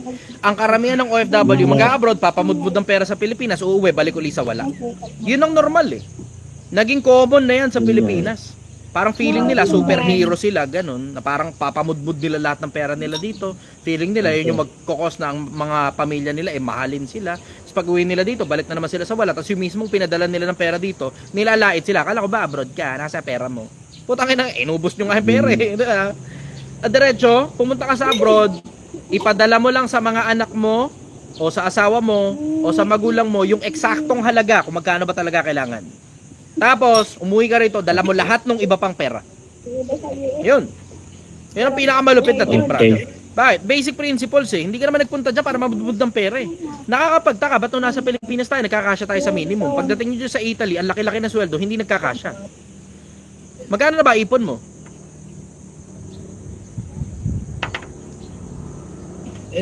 May sobra-sobra. Saan ba pwede mailagay yung pera mo? Sa bangko. Huwag mo munang galawin. Pag ginalaw mo yan, nandiyan ka sa abroad, lolokohin ka lang ng mga tao. Diretsahan. Pag yung pera mo, nilagay mo sa isang sistema hindi mo naiintindihan, lolokohin ka lang ng mga tao. Pag yung pera mo, nilagay mo sa kabilang parte ng mundo, nandiyan ka sa Italy, pinadala mo pera mo dito, consider it gone. Consider it gone. Consider mo na wala na yung pera mo na yan. Di ba parang natutulog lang yung pera nung pagkaganon? Walang masamang matulog ang pera. Kasi ako sa panahon. Walang masamang matulog ang pera. Ang masama, yung pinadala mo lahat ng pera mo, balik ka uli sa wala pag uwi mo ng Pilipinas. I-invest mo sa kung sino man, uubusin lang ang pera mo. Magne-negosyo ka, putang ina, diretsahan. Kahit sino na pagkatiwalaan mo sa pera mo sa ganyang pagkakataon na nasa ibang bansa ka, pag lululokohin ka lang ng mga tao, marami nang nanggaling sa ganyan. Nang hinayang sila na sana daw nailagay sa ganito yung pera, nailagay sa ganyan yung pera, o nung manghinayang sila, nilagay nila dun sa ganun yung pera. Pagkalagay nila ng pera dun, hindi na nila nabawi. Common na problema yan ng mga OFW. Ang dami yung pera, di nyo alam kung saan nyo ilalagay yung pera nyo. Diretso, ilagay mo sa bangko, manahimik ka. Malikot yung kamay mo eh. Kung saan mo man gustong ilagay yung pera mo, lahat ng pera mo mawawala kahit saan mo pa ilagay yan pag OFW ka. Diretso. Boss, mga bata pa lang naman kasi kami, hindi ko pa, gusto kasi yung yayaman ka agad ako, parang ganun eh. Pag nagmamadali kang yumaman, mahuhulog ka sa samot-saring tuksong haling at nakasasama. Huwag kang magmadaling yumaman. Ano kaya? Walang masama na sitting on cash ka. Ito, gusto mo, ito isa sa mga malalaking tip. Lahat ng pera, ipunin mo lang dyan. Pag uwi mo ng Pilipinas, bumili kang lupa rito. Kung gusto mong bumalik sa abroad, bumalik ka uli sa abroad. Pag uwi mo ng Pilipinas, patayuan mo apartment. Kung gusto mong bumalik sa abroad, balik ka uli sa abroad. Bili ka isa pang lupa. Balik ka uli sa abroad, patayuan mo ulit apartment. O bumili ka na lang ng apartment. Tapos pagkasapat na yung kinikita mo na halos kaparehas na ng kinikita mo sa abroad, huwag ka na mag-abroad kahit kailan dito ka na sa Pilipinas. Marami ka ng pera nun. Okay. Boss, may hinuhulugan akong bahay. Nawala ka. Ulit, go. Parang wala nararating, parang ano ba? Boss, parang para sa akin, yung hinuhulog-hulog akong bahay sa Pilipinas. Parang nagiging liability. Ano kaya, itawag ko na lang o ipunin ko na lang ang pera o ano? Magkano ba yung bahay na hinuhulugan mo at gaano pa katagal hanggang matapos yun? Sa pinasok sa pag-ibig. So, ang ano niya ay 30 years. Ang tagal. Tapos, lagi 18,000 monthly. Ganon. Nasaan yung bahay na yan? Nasa Tansa, Cavite. Palagay mo ba mapapaupahan mo yun? Ano ba? Palagay mo mapapaupahan mo? Hindi ko pa napaparenovate kasi wala pa akong budget talaga. Yung napagkakasya ko lang sa panghulog ko. Teka, nasa Italy kayo. Magkano ba sweldo mo dyan? Ba't parang maliit ang sweldo mo? May mga bayarin pa, mga pambahay, pangkain ko dito, Magkano sweldo mo dyan? pambuhay. So, pangapatak lang mga 60K, ganun lang, boss. Tangin ang baba nga. Okay, ang mababa lugar ang ko sweldo. nasa Understood. 80. Ano trabaho mo dyan? 20K. Ano lang ako, boss, condo boy, parang naglilinis lang ng mga hotel. May pag-asa bang ma-promote ka? Wala, boss. May Ganun pag-asa lang bang maging talaga. citizen ka dyan? Citizen, kaya naman kung magiging O yun, citizen. banata mo maging citizen ka dyan tapos mag-apply ka sa mas malaki pang trabaho. Ganun din na magiging trabaho, wala talagang Kaya ang minimum wage talaga dito, boss, hanggang siguro papatak hanggang 80K, ganun. Yung pinakamalaki siguro sa sahod namin dito. Sa tingin mo, boss, pwede bitawan na lang namin siguro yung bahay na yun. Kahit sabihin nating booming ang Tansa Cavite. Pwede naman. Ano kayang mas maganda? Pwede mong bitawan yung bahay. Pero ang tanong ko sa'yo, saan mo lalagay pera? Kasi naghahanap ka ng paglalagyan ng pera mo eh. Pwede mo naman paupahan yung bahay, hindi mo rin Yun sigurado nga, kung paano. Ang problema mo talaga, brother, Eh, diretso. eh, Ang problema mo, hindi ka kulang sa pera. Ang problema, kulang ka sa aral. And when I say kulang sa aral, hindi ibig ko sabihin kolehiyo. Ang ibig ko sabihin, aralin mo kung ano-ano mga possibilities na meron ka dyan sa paligid mo. Tapos, tsaka mo ngayon malalaman kung ano-ano yung mga pwede mong applyan in the future, whether it be promotion or another company, o kung ano pa mang mas malaki pang pagkakakitaan dyan. Kasi nandyan ka na eh. Supposed to be malaki sweldo dyan eh. Karamihan ng mga nandyan, nababalitaan ko, nasa 80 eh. Kulang ka Sa sa tingin mo, aral boss, dyan, brother. mag-double work na lang ako. Ito suggestion ko sa'yo ha. Aralin mo muna lahat ng mga opportunities na meron ka dyan. Habang nandyan ka na rin lang naman eh. Lahat ng opportunities dyan, aralin mo na. Tapos hanap ka ng direksyon kung saan makakadiretso ka doon sa kung ano man yung mas malaki pang opportunity kaysa sa meron ka ngayon. Kasi ang problema mo talaga diretso, sinuwerte ka, nakapunta ka sa ibang bansa. Ang problema, mababa nga lang yung bayad sa'yo. Nagpapababa ng bayad dyan, yung malaking hinuhulugan mo rito sa Pilipinas. Kasi 1/3 kagad ng sinisweldo mo yung inilalagay mo rin dito sa Pilipinas eh. 'Di ba? So akin, diretso, andyan ka na rin lang naman, aralin mo na kung ano-ano mga meron dyan na pagkakakitaan na mas malaki kaysa dyan sa kinikita mo. Maliwanag? Hindi ko muna give up yung yung bahay. Boss, hahanap muna talaga ako. Isipin ng mo, kung muna halimbawa, give up. makakuha ka ng mas malaking pinagkakakitaan kaysa nandyan ngayon, o na-promote ka, naging 100,000 ang kinikita mo, panghihinayangan mo pa ba yung 18 na binabayaran mo rito? Kaya ka nang hihinayang kasi maliit ang sweldo mo dyan, tama? Tama. So ngayon, hanap ka ngayon ng ibang opportunities. Tatagain ko mo. Follow-up question, brother. Bata pa naman kasi ako, boss. Nung nasa 27 pa lang ako. Gusto ko sanang ma-enjoy din yung kabataan ko. Medyo, Ganda. kasi ayoko puro Gusto mo trabaho lang. mag-retire ng maaga, parehas ko. Pwede naman, brother. Ang sikreto para makapag-retire ka ng maaga, bugbugin mo na agad na makapagtrabaho ka ng maraming pera. Tapos gawa ka ng sistema kung saan tuloy-tuloy nang pumapasok sa'yo pera. Yun nga yung sinasabi ko sa'yo, pwede ka mag-apartment. Pag tuloy-tuloy na pumapasok sa'yo pera, after 5 years, after 7 years, pwede ka na mag-retire. Tapos you can live happily ever after hanggang mamatay ka. Gets mo yun? 30 plus ka pa lang nun. Kuha mo? So, gagawin ko muna, boss, patayan muna ako ngayon. Kumbaga, trabaho talaga, Pukpukan, hindi patayan. Siyempre, hindi ka malakas pwedeng pa. magkasakit. Tapos full blast ko, papagawa ko yung bahay. So, paupakan. O yun nga lang, no? Oo. Pukpukan. Trabaho yun na pukpukan, tapos kapag napaupahan ko, medyo maluluwag-luwag na yung trabaho ko. Tapos pwede na ako makakapag-retire. Kasi, boss, tamad ako eh. Tamad ako. Gusto ko mag-retire ng maaga. Ako din. Huwag kang mag-alala, tamad din ako eh. Kaya nga nag-retire ako ng maaga eh. Yun nga eh. Oo. Yung mindset Kaya nga ginawa ko, boss, binilisan ko na lang. Tamad Kasi ako. ganun din Gusto ko naman eh. maghanap Tignan mo, ng- isipin mo to brother ha. Maghahanap buhay ka rin naman eh. 'Di ba? O di might as well bugbugan mo na ng gusto, mga 2, 5 taon, 8 taon o pagkatapos na mag-retire ka na. Pwede ka na maging tamad. Bakit? Puta, tuloy-tuloy pupasok sa'yo pera eh. O bala ka na ngayon kung ano gusto mong gawin doon sa pera. Kuha mo.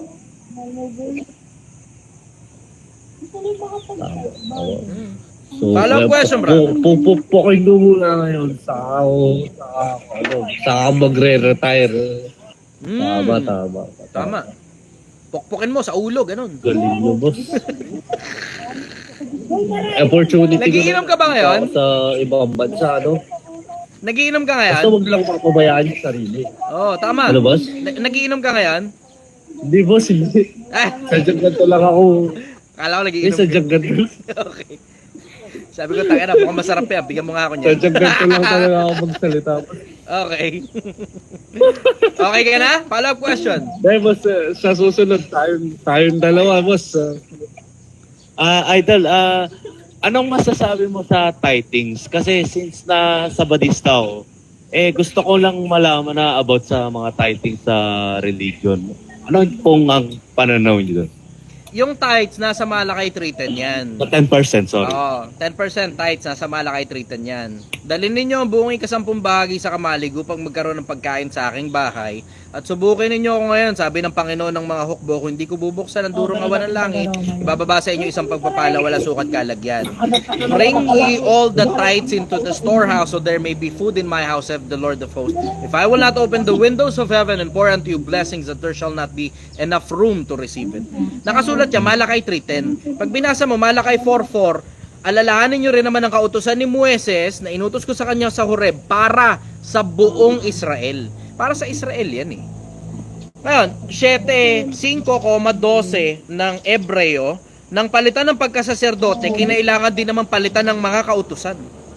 Yung mga saserdotes Levitas sa tumatanggap ng ikasampung bahagi, bla bla etc. Ngayon, overall mapapansin mo ron, pinalitan pala yung pagkasaserdote. So yung mga dating Levita, yung mga pare. Dati nung unang panahon, nung tribo ng mga Levita na sila yung tumatanggap nun, may utos sila tumanggap ng ikasampung bahagi. May utos din naman yung mga iba pang mga tribo na magbigay ng ikasampung bahagi, 10%. Kumbaga. Ngayon, nung pinalitan yung pagkasaserdote, yung priesthood, pinalitan din pati kautusan. Kaya nga tinan mo, babasahin mo 13:39 ng gawa, hindi ka aariing ganap sa pamamagitan ng kautusan ni Moises, aariing kang ganap sa pamamagitan ng kautusan ni Kristo. Dalawang klase ng kautusan yan. Isang kautusan ni Moises, kasama doon tithing, at saka isang kautusan ni Kristo. Sa kautusan ni Kristo ang nakasulat, 2 Korinto 9:7, magbigay ang bawat isa ayon sa pasya ng puso. Huwag mabigat sa loob o dahil sa pinipilit sapagkat iniibig ng Diyos ang nagbibigay ng masaya. Ang ginagawa ng mga pastor, pinagtatahiyan 2 talata na yan. O yan, kaya dapat mag-tithes kayo ng masaya. Hindi ganun. Wala kang mababasang ganun doon sa talata na yun. Yung talata, ang sabi doon, magbibigay ayon sa pasya ng puso. Puso mo ang magpapasya. Hindi yung pastor mo nalalagyan ng minimum, dapat 10% minimum. Bakit? Tignan mo, sobrang ganit yung mga pastor na yan. Pag bumaba sa minimum, ninanakawan mo si God, nilalakawan mo si Lord. Ganun ang mga bagsakan yan eh, ninanakawan mo ikaw ang Diyos. Pero pag tumaas sa minimum na 10%, 12% binigay mo, mahal ka ng Diyos. Ibig sabihin pala, ang pagmamahal pala ng Diyos nakadepende sa pera, no? Pag mas malaki ibibigay mo, mas mahal ka ng Diyos. Bigay mo lang 100%, magutom ka ngayon. Wala namang pakialam yung pastor mo kung magutom ka. Pakialam ng pastor mo yung 10% mo, akin na. Pero mapansin mo, karamihan ng mga pastor, wala namang trabaho yung mga hayop na yan eh. Magtataka ka, bakit si Pablo sa Biblia nagtatrabaho? Manggagawa siya ng tolda eh. Gumagawa sila ng tolda, tapos pinapakibenta sa mga kapatid. Isipin mo yung konsepto na yung mga pastor nung unang panahon nagtatrabaho. Sila Pablo, sila Pedrong mangingisda at marami pang iba, naghahanap buhay sila. Ito mga pastor na to, pati vision nila, inaasa na nila doon sa pagtatights ng mga miyembro nila. Puta, hindi mo alam kung gaano kayayaman yung mga pastor na yan. Mag-iingat kayo sa mga ganyang klase ng pastor.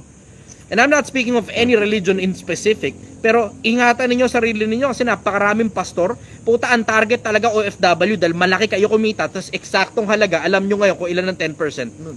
Ingatan nyo sarili nyo sa mga ganyang klase ng pastor. Takinan, daming matatakaw na pastor sa lipunan. Follow-up question, brother.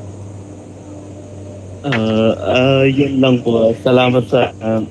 Alam mo, yung mga ganyang klase ng mga pastor, takina, iyan ang mga unang scammer eh. Yung mga ganyang klase ng mga pastor, takina, isipin mo yun, ano? Ngayon, sa social media na yung mga hayop na yan, nanghihingi ng 10% kahit di naman nila miyembro. Nakakamanga yun. Kailangan daw magbigay ng 10% sa kanila kahit di nila miyembro. Samantalang yung mga alagad noon, kapag hindi nila miyembro, hindi sila tumatanggap ng anuman. Nakasulat yun eh. Nasa isang talata ng Juan yun sa may bandang dulo-dulo eh. Yumaon sila, walang hininging anuman sa mga hintil. So, pag hindi pala nila miyembro noon, yumayaon sila, walang hinihinging anuman. Itong mga tao na to, kahit di nila miyembro, hinihingan 10%. Wow, tangin ang lupit. Ang lupit nyo. Grabe. Tapos ang tawag nila doon, Gospel of Prosperity. Puta, yung mga nagtuturong Gospel of Prosperity, sila yung mayaman, yung mga miyembro nila, puta, saktuhan lang eh. So, 10%, tanginang yan. Anyway, sino masasabi ko ron, brother? Follow-up question. Yun lang, brother, last na to. Sige, About dun sa, kasi pinakinggan ko parang days ago, about dun kay God na, bakit, kung so know it all siya, bakit parang ginawa ng humanity kung alam niya naman yung resulta na mangyayari? Bakit ganun kung ginawa niya ng rules? Bakit parang kailangan niya pang gumawa ng humanity kung alam niya naman yung future? Sorry kung mali yung pag-explain ko sa iyo. Pero napapatanong kasi ako eh. Since na start pa lang ako nagbabasa ng media. Bakit Tama ka ganun? naman. Gusto ko lang malaman. So merong nangyari sa merong nangyari sa eternity. Merong anghel na lumaban, tapos marami sila. Tapos, syempre, tatanong mo nun, bakit kaya, di ba alam ng Diyos yun? Alam niya yun. Obviously, alam niya yun. Di ba? Tapos, gawang humanity. Later part na ginawa humanity eh. Bakit nagaganon? Okay. Kasi, syempre, para masubok mo kung alin dyan sa mga yan, yung magtatapat sa'yo, lagyan mong kahinaan. Kahit sa kahinaan, nagpapatuloy pa rin. O, sige, ngayon. O, yan, nakita mo ngayon ang katapatan ng tao. Tapos, kaya mapapansin mo sa Biblia, yung mga anghel, hindi ko alam kung alam mo ito pero ginawa ng mas mataas ang tao kaysa sa anghel eh. Ginawang mas mataas, nakasulat sa isang talata ng Hebreo yan. Tiyagain mo na lang, nasa bandang unang parte ng Hebreo, na ginawang mas mataas ang mga tao kaysa sa mga anghel. Utusan ng mga tagapaglingkod ng mga magmamana ng kaligtasan ang mga anghel. Nakasulat yan doon sa Biblia eh. Natatanong mo, hindi ba alam ng Diyos yun? Alam niya yun, sigurado. Kung gugustuhin niyang alamin. Pero may mga bagay, talagang pinipili na lang talaga siya siguro na wag alamin. Kasi, alam mo, nararamdaman ko yung ganung pakiramdam eh. Na, alam mo yung, ako ngayon, influencer. Ngayon, okay, so influencer ka ngayon, Chester. So, ibig sabihin, you have opened so many doors into possibilities na ikaw lang bilang influencer ang may kaya. Tama ka ron, siguro. Hindi ako sigurado eh. Di ba? Tama ka ron. Yung isa may nagsabi, siguro. Hindi talaga ako sigurado eh. Diretso. Hindi ako sigurado. Ngayon, nakikita ko yung sarili ko kasi. So, ang nakikita ko sa sarili ko, ngayon influencer na ako. Nakaka-impluwensya ako ng kapwa-tao. So, ang ibig sabihin nun, I have opened so many doors into possibilities na ako lang bilang influencer at mga kapwa ko influencer ang may kapasidad at hindi masyadong maraming tao ang kayang gumawa. Katulad ng pag-iimpluwensya sa inyo na kung sakaling may i-endorso akong negosyo, malaki ang posibilidad na pumaldo. Bakit? Influencer eh. Di ba? Yung ganong konsepto. Pero at the same time, hindi ko rin kasi gusto yung, alam mo yung, ngayon nandito na ako sa lagay ng buhay ko na okay na ako sa lahat ng achievements ko eh. Maligaya na ako sa lahat ng mga bagay na nasa resume ko. Maligaya ako sa lahat ng mga bagay na nagawa ko sa buhay ko. Okay na ako, fulfilled na ako bilang tao eh. Di ba? Ngayon, that being said, bored na ako bilang tao. Bored na ako dito. O ngayon, ginawa ko ngayon itong Project 1M. Kung makikita mo, maraming bagay sa loob ng Project 1M na bakit, Chester, teka, hindi ba maingat ka? Hindi mo ba in-expect na pwede kang manakawan? Oo, ini-expect ko na pwede akong manakawan. Bakit? Kasi, puro mga siraulong tao pinagkukuha ko rito sa Project 1M. At alam niyo yan, kumukuha ako ng mga kriminal dito sa loob ng Project 1M. Ano ngayon na ibig sabihin yan? Merong posibilidad na manakawan ako at ini-open ko yung sarili ko sa ganung posibilidad. Hindi ko lang alam kung sino.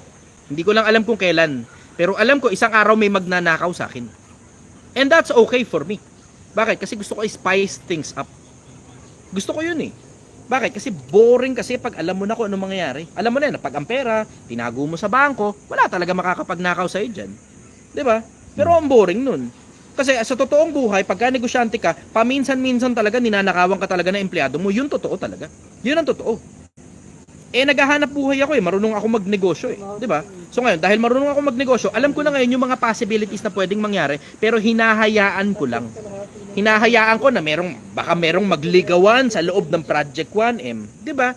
Hinahayaan ko na baka merong magtarantaduhan sa loob ng Project 1M. Hinahayaan ko na baka merong mga siraulo, gulpihin ako sa loob ng Project 1M. Baka merong magnakaw ng motor ko, which is meron nang gumawa nun. Sinoli nga lang uli. May nangarnap na ng motor ko eh. Sinoli nga lang uli kasi tumirik. Nung tumirik, nakakatawa yun. Nung takina talaga. Tumirik yung motor, pag tirik ng motor, siguro na-realize niya, takina makakasuhan ako. Nang hindi ko naman napakinabangan yung motor, balik ako dun, sabihin ko tumirik yung motor, di sinasadya. Takina, nakakatawa talaga yun, sobra. Anyways, tinanggal ko na rin yung tao na yun, because of carnapping, putang ina, diba? Pag hindi mo pa naman tinanggal na ikaw na yung binibiktima sa sarili mo empleyado, gagawa na mas malaki pang kagaguhan niya pag pinatawad mo pa, diba? Ayun, alam ko na may mangyayaring ganun. Hinahayaan ko lang. Kasi ako personal, nararamdaman ko yung pakiramdam na gusto ko ng excitement. Kaya hindi ko naman sinasabing gano'n ang gusto ng Diyos na parang gusto niya excitement, ganun, blah blah, etc. Hindi ko alam kung ano reason niya. Pero ako nararamdaman ko sa loob ko yung ganong klase ng pakiramdam. Baka, I may be wrong, baka ganun ang dahilan kung bakit binigyan ng Diyos ng ano. Binigyan ng Diyos ng karapatan, possibility na merong gumawa ng kagaguhan sa mundo at sa iba't ibang parte pa ng universo dun sa mga tao at saka sa mga nilalang na ginawa niya in general. Kasi binigyan niya ng kalayaan eh. Ano ibig sabihin? Merong possibility. Ayan, free will ang sabi. Merong possibility na merong taong gagawa ng kagaguhan. Choice na nila yung kung gusto nilang gumawa ng kalokohan. Choice na nila yung kung gusto nilang gumawa ng kalokohan. Pero ang sigurado ko, yung Diyos ng Biblia, ang isa sa mga dahilan kung bakit niya ginawa ang mga tao para maging kaligayahan nung anak niya. Nung anak niya. Tapos yung anak niya, yung kaligayahan niya ngayon. For God so loved the world that He gave His only begotten Son, that whosoever believeth in Him shall not perish but have everlasting life. Mahal ang Diyos sa mga tao eh. Diba? At yung pagmamahal ng Diyos sa mga tao, nandun sa konsepto na mahal niya kasi yung anak niya at yung anak niya kaligayahan ang mga tao. Nasa Kapitulo 8 yan ng Kawikaan. Na ang aking nagagalak na lagi sa kanyang tinatahan ng lupa at ang aking kaligayahan ay sa mga anak ng mga tao. Yan, nasa Kapitulo 8 ng Kawikaan yun. So naiintindihan ko yung konsepto na ako personal, nararamdaman ko yung nararamdaman ko. Hindi ko alam kung ano reasoning ng Diyos, pero nararamdaman ko yung pakiramdam na alam ko kasi kung ano mga mangyayari, hinahayaan ko lang. Hinahayaan ko lang. Okay. Follow-up question, brother. Make sense? Question lang. Ito kasi kasama ko pinsan ko, may Sige lang. tanong siya. Go. Quick question lang, boss. Sige. Yung kuwari may 60K akong sahod, paano ko i-allocate yun para para maiayos ko yung finance ko? Unang-una, hindi ka dapat gumagastos sa kapritsyo. Ang pinakamalaking kapritsyo ng mga OFW, hindi pagkain, hindi tirahan, hindi ilaw tubig, hindi bla bla pautang sa mga tropa dito dun sa abroad, hindi. Ang pinakamalaking kapritsyo ng mga OFW, pamilya. Pinakamalaking kapritsyo ng OFW, pamilya. Ang gusto, lahat ng pera pamigay sa pamilya. Bigay kay nanay, bigay kay tatay, bigay kay kapatid, bigay kay kaibigan na tinuturo niya na kapamilya na bla bla. Pinakamalaking kapritsyo ng mga OFW yan eh. Tanong mo rito sa comment section, OFW, magkaintindihan tayo. Ano pinakamalaking gastos nyo habang nasa abroad kayo? Diretso lang, pinakamalaki sa lahat ng gastos nyo, bakit nauubos ang pera nyo? Tinan mo ngayon, lilitaw yan kung pagkain, tirahan, ilaw tubig, pamilya. Tinan mo, lilitaw yan. Ano? Padala, pamilya, brother. Hindi ako kasali dyan. Pamilya. Nasa comment section nagtatatak. Ano? Pamilya, padala, Philippines, clap, family. Ayun, tinan mo. Nasa comment section, 70% pamilya. Babae, yun, magastos pala mang babae. Magastos mang babae. Pero pamilya, isang piraso lang yung babae. Loko mo talaga no? Si Amar, babae daw. Pero tingnan mo, ang majority dito, sinasabi nila, pinakamalaking gastos talaga pamilya. Luho yan, brother. Luho. Paano ko sinabi luho? Ang ibig kong sabihin luho, hindi yung pangangailangan ng pamilya mo. Yung kapritsyo ng pamilya mo. Na alam mo namang hindi nila kailangan yung sobra-sobrang pera pinapadala mo dun. Kahit nagpapanggap na lang sila na may emergency, wala naman talaga. Alam mo na nasa Pilipinas tayo, nagkakasya naman tayo rito sa barya-barya eh. Bakit pagdating mo dyan sa abroad, biglang kaliwat kanan ng emergency nila at mayat maya may emergency sila, tapos wala nang ibang kayang tumulong sa kanila, ikaw lang. Ba't nagkakaganon? Ano ba yan? Totoong emergency pa ba yan? O umaarte na lang sila na may emergency para mapiga ka ng pera? See? Yun. Yung iba nga, tangina, ibang mga magulang, ibang mga kapatid ang ginagawa, umuutang, tapos pinababayaran sa iyo yung utang at ginigipit daw kuno sila. Tangina, tindi. Wala akong pakialam. Diretso, ako yung OFW. Tangina, wala akong pakialam dyan, maliban ng medical expense yan, kung ano man, na talagang totoong emergency. Pero yung gusto mo lang yung motor, nangutang ka, di mo kayang bayaran, sa akin mo pang pababayaran, utang ang pakyo ka. Tangina, hindi naman ako gumagamit niyan. Saan ba gumagamit niyan? Papabayaran mo sa akin ilaw mo, tubig mo, renta mo, mapapalayas ka kuno dahil lang tangina mo, nagtatrabaho ka naman, kumikita ka ng pera, ginastos nyo sa kapritsyo, kumain kayo sa kung saan ng putang ina sangyupsalan, tapos kayo wala ka pang bayad ng renta ninyo, mapapalayas kayo. Tangina mo, tumira kayo sa kalsada, ulul, hindi ako magbabayad ng bahay niyo, hindi naman ako nakatira diyan eh. Pakialam ko sa inyo. Sabi, pamilya, pamilya. Ano, good times body lang tayo? Taka na, pagka good times, sa akin nyo hihingin lahat ng pang good times ninyo. Tapos pag ako may kailangan sa inyo, taka na, hindi kayo mahagilap. Ang kailangan ko lang kausap. Madaling araw ngayon, masama yung loob ko sa boss ko. Kailangan ko na makakausap na pamilya na umaga naman dyan sa inyo o gabi dyan sa inyo. May oras kayo para kausapin ako. Tangina, pag ako yung may kailangan, nasa abroad ako, hindi ko kayo mahagilap. Tapos ngayon gusto nyo, pagka kayo may problema sa mga putang inang bayarin nyo, sa akin nyo ikakargo, pakyo ka ganun. Pakyo ka 3 times a day. Yun lang ang sabi ko nun, diretso lang. Diretso lang, pakyo ka 3 times a day. Kahit sino ka pa, pakyo ka 3 times a day. Simple lang naman ang hinihingi ko kapalit nung pera na pinapadala ko sa inyo na mas malaki pa kaysa sa mga sweldo nyong mga hayop kayo, konting oras lang, na hindi naman araw-araw. Paminsan-minsan lang pag masama lang loob ko sa boss ko, o masama loob ko sa asawa ko, o masama loob ko sa anak ko, kausapin nyo naman ako, nakikinabang naman kayo sa pera ko eh. Diba? Pero tangin, hindi ko kayo mahagilap. Tangin na, derechahan lang. Derechahan lang. Hindi ko kayo mahagilap sa panahon kailangan ko kayo. Huwag nyo akong asahan pag kailangan nyo ako. Pakyo kayo. Ganun kasimple. Send ako kapatid, kailangan kasi namin ng pambayad sa renta. Sendan kita selfie. Sendan kita selfie. Selfie, putang ina ka. Selfie ka sa akin, gago. Tapos pag nagalit ka pa sa akin, susunod na reply ko sa'yo, you cannot reply to this message. No! Pag uwi ko ng Pilipinas, libre ko na lang kayo ng Jollibee. Libre ko kayo ng Jollibee pag uwi kong Pilipinas. Magkaayos na lang tayo, mag-sorry na lang ako sa inyo pag uwi ko ng Pilipinas. Pero hindi nyo uubusin lahat ng pinaghirapan ko. 2 taon ako sa abroad, tapos pag uwi ko ng Pilipinas, balik uli ako sa wala. Putang ina nyo, pakyo kayo. Hindi ako pumunta sa abroad para sa kapritsyo nyo, mga lintik kayo. May anak, may asawa ka. Kung may anak at may asawa ka. Kung wala ka anak at asawa, andyan naman ang magulang mo eh. Diba? Bigyan mo sila ng sakto. Yeah. Kung magkaano lang talaga eksakto hanggang sa kahuli-huli ang piso. Pag uwi mo ng Pilipinas, magtayo ka ngayon ng apartment dito. Pag tuloy-tuloy na ngayon yung pasok ng pera sa'yo galing sa apartment mo, na hindi mo na pinagpapalit yung buhay mo, yung katawan mo, yung lakas mo sa bansa ng banyaga, o tsaka ka ngayon pasasain mo yung mga putang ina nyo. Hindi mauubos ang pera ko. Bakit? Buwan-buwan may nagre-renta sa akin. Buwan-buwan may binabayad sa akin mga renter ko. O ngayon, tay, halika kayo. Sumama kayo sa akin, bibilang ko kayong tag-isang Montero. Putang ina, kalakpan! Woohoo! Bigan jacket yan! O, di tsaka ngayon mag-Santa Claus, pag tuloy-tuloy na pasok sa'yo ng pera. Pero habang binibenta mo pa buhay mo dyan sa abroad, tangina magsubi ka, hindi habang buhay malakas ka. Matsambahan ka ng aksidente dyan, tamo uwi ka ng Pilipinas, balik ka sa wala. Naglalakad ka lang sa kalsada, nabangga ka, di sinasadya. Tanginang tsamba mo. O, crane operator, ako naman yung ginagawa mo, naglilinis ka ng nabigti mo yung sarili mo, di sinasadya, ganun, buhay ka pa, hayop ka, tapos, alam mo yun, na-stroke ka, diba?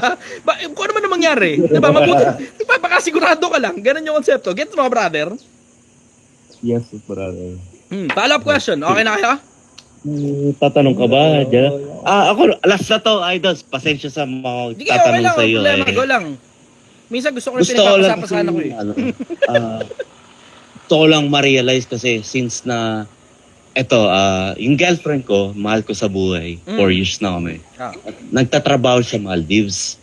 Sarap. Since na Maldives, okay. Sorry.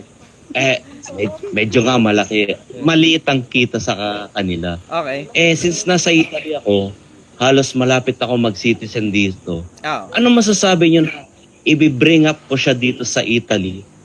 May goal ako na nag-iipon ako ng 100,000k. Pang achievement. Anong masasabi niyo na dadaling ko siya dito at nagkakaintindihan naman kami na dito kami mag-grind na gusto lang namin na magbase sa Pilipinas? Anong masasabi niyo sa ganun? Tangina, sarap nun, no? Lalaki yun nagsasabi ng ganun, di babae.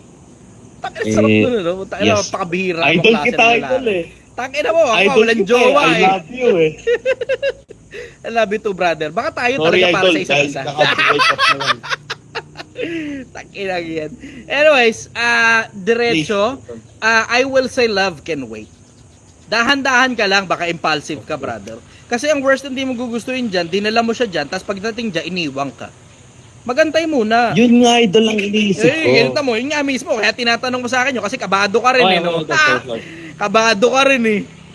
Takinang yan, mga bagsakan na kumuha lang ng green card. Pagkakuha ng green card, divorce ka agad. Ululang puta.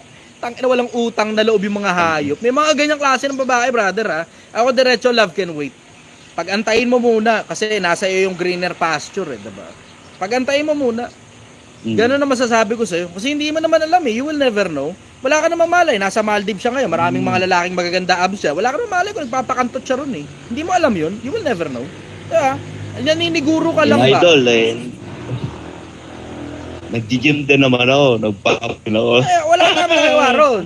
Andun na tayo. Nagkakaintindihan na tayo na maganda katawan mo, may abs ka rin. Pero tandaan mo, malayo ka. At daig ng tangina.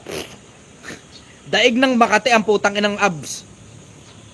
Isipin mo yung konsepto, layo mo. Long distance relationship. Mamaya bigla sabihin na lang sa inyo, honey, malayo kasi tayo sa isa't isa, na fall ako sa kanya. Putang ina mo, patay ka. Patay ka, Brad. Patay ka. Tang ina, dandaanin mo lang muna. Palipas ka muna ng taon. Ako suggestion ko, palipas ka muna ng taon. Kasi sa mas madalas na pagkakataon, long distance relationship, di talaga ito kasi idol. Kasi idol, pauwi-uwi naman ako sa Pilipinas every year since nung nasa Pilipinas siya, na nag-live din siya, na pumunta din sa Pilipinas. So, yung tatay niya, gusto niya talaga na magkasama kami. So, parang merong talaga kaming conversation na gusto niya na magkasama kami sa Italy dahil, syempre, maliit ang kita sa music. Kumbaga, medyo ahead na kami dun sa sinasabi niya na parang gusto namin na umabante sa buhay. So, parang hindi ko na maiipon yung 100,000. Okay lang ba na magkano na ba yung pera sa kanya ko na lang sabihin natin 150,000, pero yun ang goal ko para sa kanya na magkasama. Gaano katagal na siya sa Maldives? Sorry, sir.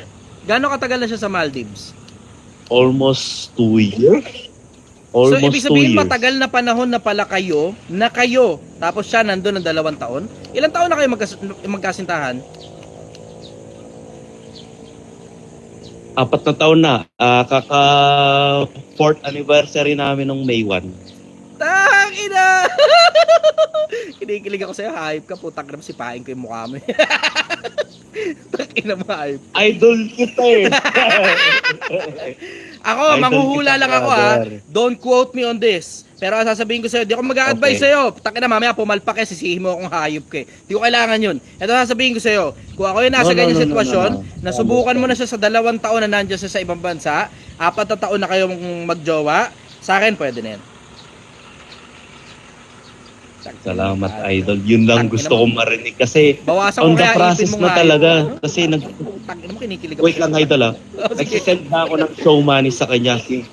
Galing siya sa embassy ng Italia dyan sa Maldives. So, on the process na papunta rito, balak namin i-TMT. Parang ganun lang, para magkasama kami. Kasi botos siya ng mama ko Pero hindi naman siya dito sira sa pera. May ipon ba siya?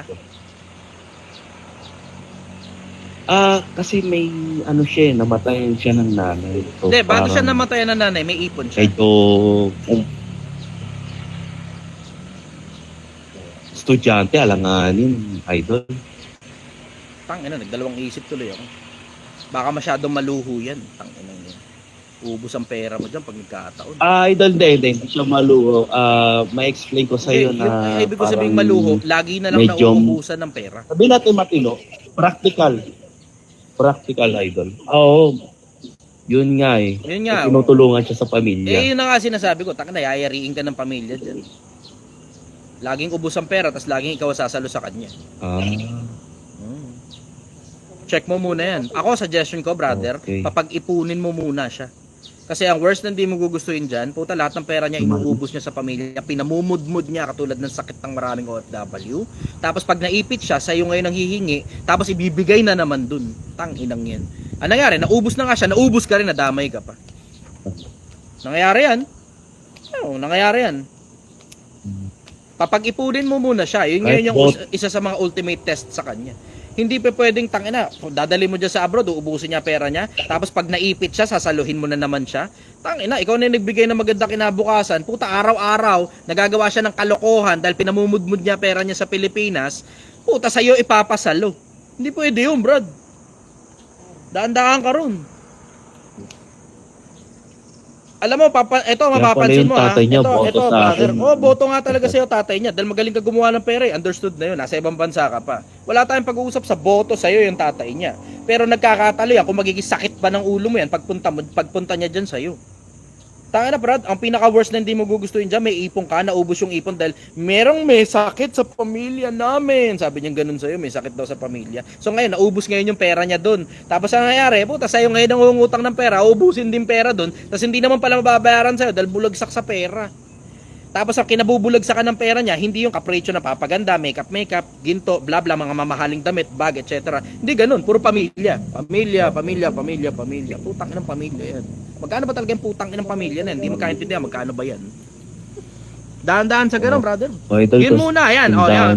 Ngayon, nagkaroon ka na ng isa pang parang ultimate test sa kanya na 4 na taon na kayo, maigi na yung pagsasama ninyo. Ang hindi mo lang gugustuhin, yung delikado na konsepto na nasa abroad ka, nasa malayo ka, dinala mo siya dyan, naubos ang pera niya, nangutang siya sa'yo, pinapadala niya pala sa Pilipinas at parang luho pala yun, at parang sugal na addict siya sa pamilya niya.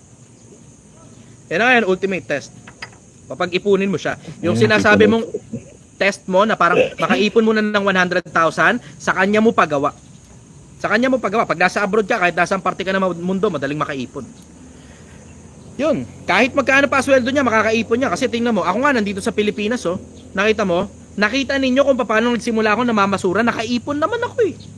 Namamasura lang yun ha. Nakapagpuhunan ako para sa maliit na pagluluto nung nanay ni Ashley na inilako namin sa Tondo. Ngayon, hindi mo naman sabi, hindi, puro pants mo yung mga bilmili. Putang ina, puro pants nilalako nga namin. Hindi naman ako kilala ng majority ng mga tao ron sa Tondo pag naglalakad kami. Di ba? Pero nakaipon. Eh kung nasa Tondo ako, nakaipon, lalong nakakaipon yan ka nasa Maldives yan eh. Maliban na lang, sobrang luho niya sa putang inang pamilya niya, lahat na ng pera niya pinadadala niya dun. Yun ang problema mo. Pag lahat ng pera pinadadala dun sa Pilipinas para sa pamilya, o edi ang luho niyan, pamilya niya. Addict siya sa konsepto ng pamilya. Doon niya ngayon tinatambak lahat ng pera niya, tas ubos lagi pera niyan. Ang magulang ba niyan may pera? About sa tindahan naman sa Google yan. Pero syempre, parang willing lang yung girlfriend ko na tumulong sa parang Tangina, yan ang sinasabi ko. puhunan ba? Brother, tangina, yan, diretsa yan, sinasabi ko. Hindi yan tulong. Ganun ba? Hindi tulong yan, brother. Pag buwan-buwan na lang, tignan mo, ano ba ibig sabihin ng tulong? Ito. Pakita ko sa ibig sabihin ng tulong. Ito. Halimbawa, ang kailangan mo para mabayaran ng bills, ganito Okay, kahaba. Ito, ganito. Ganito kahaba. Ngayon, ito, ganito kahaba ang kailangan mo para mabayaran mo lahat ng bills mo. Ilaw, tubig, bla bla, etc. Ngayon, nabitin. Bakit nabitin? Yes. Nadapaan tatay, nabali ang binte, kailangan ilabas sa ospital. O ngayon, nabitin. Tulungan mo naman kami, Maldives. Nabitin eh. Okay, sige, dudugtungan. O ngayon, may dinugtong. Galing Maldives to. Yan, tanginan, layo pinanggalingan tissue ko, galing Maldives, no, putang ina nyo. O ngayon, galing Maldives, nadugtungan. Okay, ayos. O ngayon, susunod na buwan, nakakatayo na, kaya nang magtrabaho, nakakapaghanap buhay na ulit, di nga lang nakakapagbuhat, pero kumikita na ulit ng parehas na kita. Nung katulad nung kinikita niya bago pa madisgrasya ang paa ng tatay. Ngayon, ang tatay ngayon, kumikita na ulit ng parehas na halaga. Tapos na ngayon yung konsepto ng tulong. Tapos na ang konsepto ng tulong. Natulungan mo na. Pero, tulong, buwan-buwan, tulong, buwan-buwan, tulong. Tangina, hindi na tulong yan, Brad, sustento na yan. Iba na yan, hindi na tulong yan, sustento na yan, Brad. Pota. Sustento yan. Tangina, ano ibig sabihin? Habang lumalaki ang sweldo niya, palaki ng palaki sustento niyan. Bakit? Kasi hindi na sustento yan sa pangangailangan, sustento sa kapritsyo na yan. Sustento sa kapritsyo yan, brother. Dahan-dahan ka sa ganyang tulong. Alam mo, yung konsepto ng sustento, binabrandingan nila yan na ang tawag nila dyan, tulong. Pero tingnan mo, magkano ba mabuhay sa Pilipinas? Pag mag-isa ka lang, kaya mong mabuhay dito kahit mga 100-200 pangkain eh. Siyempre, hindi kasama ilaw, tubig, renta, bla bla, etc. Pero kung pangkain lang naman, halagang 100, kaya mo nang kumain, 200, makakakain ka, ikaw lang mag-isa maghapon. So, ibig sabihin, kung mayroon kang anak dito o may asawa ka rito, 300 piso kaya na. 300 piso kaya na. Eh kung kumikita ka naman ng higit kesa doon, tapos pagkain lang naman, tapos tangina ilaw, tubig, renta, gasino lang. Kaya mong magbayad ng renta, mag-asawa kayo, may isang pirasong anak, halagang 500 o 600 piso minimum. Kaya mo nang magbayad. Kaya nang mabuhay dito, kahit may isang anak ka. Maggugulay ka lang, maglalaga ka ng kangkong, ganun, o mag-aadobong kangkong ka, putang ina mo, 3 taling kangkong, 30 pesos lang kung sa palengke ka bibili. Pag sa talipa pa, medyo mahal ng konti, magpurga ka yung sa kangkong, pag tae mo, putang ina may kangkong tayo. Diba? Diba? O, pero puta, malakas ang katawan mo. Okay. Diba? Malakas ang katawan mo, healthy ka, hindi ka sakitin. Nga lang, yung tae mo green. Diba? Pero ang bottom line nun, kaya mong mabuhay dito sa Pilipinas nang hindi ka maluho ng 600 pesos lang, kaya mo nang buhay ng pamilya mo. Ngayon, kung 600 pesos, kulang na kulang, magkano ba talaga? 1,000 ba sapat na? O baka kailangan mo libo pa talaga. Para puta pinapadala dito sa Pilipinas, kailangan makatulong. Samantalang na nasa Pilipinas siya, kinaya naman ng magulang niyang paaralin siya para makarating siya sa Maldives, hindi naman kailangan ng tulong. Bakit ngayon, biglang nasa Maldives siya, kailangan na ngayon tumulong. Ano yan? Tulong ba yan o sustento? Tangina. Magkaintindihan mo na dyan. Kailangan muna makaipon muna siya.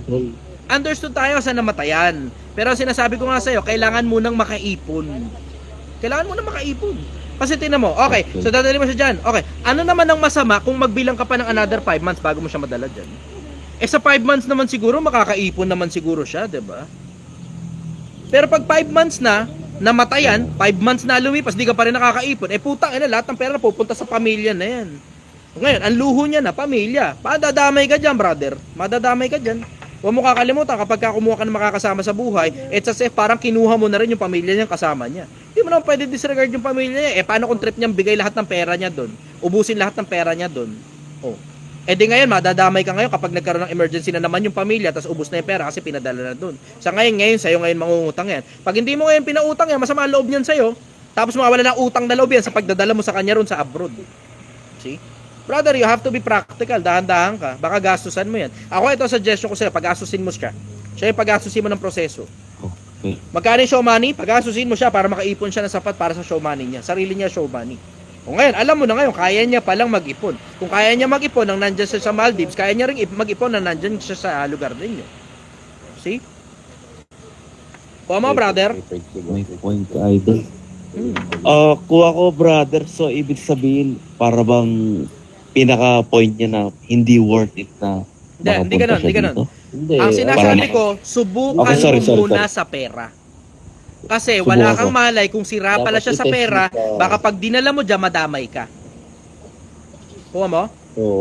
Okay, idol. Subukan mo muna sa pera. Sige, idol. Pag hindi matuto tungkol sa pera, ipa-up mo siya sa akin dito sa live. Tulungan kita. Ganun na lang. Idol. Ipapa-up ko talaga sa inyo. Oo, pwede. Absolutely. Yan, pwede. Tulungan kita ron. Libre lang naman. Di naman ako nanghingi ng bayan. Salamat, idol. Pag uwi mo na lang dito sa Pilipinas, ganun, bili kang sinigang. Matuto siya na makapag-ipon lang sa kanya mismo. Totoo. Hindi lahat bigay sa pamilya niya, boy. Tama, nadali mo. Kung ilan man kayo dyan. Ilan Salamat, kayo idol. nandyan? Pinsan ko yun, idol. Pinsan ko yun. Ilan kayo nandyan? Kami lang dalawa. Okay. Ba't parang may naririnig akong babaeng umiiyak? Hindi, kanina yun sa... isa namin. Natarantado lang kita. Kapatid namin. Tinatakot lang kita. Meron niyang umiiyak. Gago na yan. Naloko lang kita eh. Putang inang yan. Okay ka na, brother? Okay, idol. Okay, idol. Maraming salamat talaga. I-figure out ko na talaga at once na makarating dito. Kasi goal ko talaga magkasama kami. Yun nga. At ipapakyat ko Tangina ka talaga. sa kanya. Okay, sige. Salamat, idol. Thank you, brother. Bye-bye. Pagdadasal ko sa inyo na makarating kayo sa langit. Yes! Gusto ko yan. Para malaman ko na kung flat ba talaga yung I love you. I love you too, brother. Bye-bye, everybody. I love you all. Bye-bye. Bye. Okay, end live na tayo. End live muna ito nasa kabila. Naiina ako eh. End live. Paano ba yung end live to?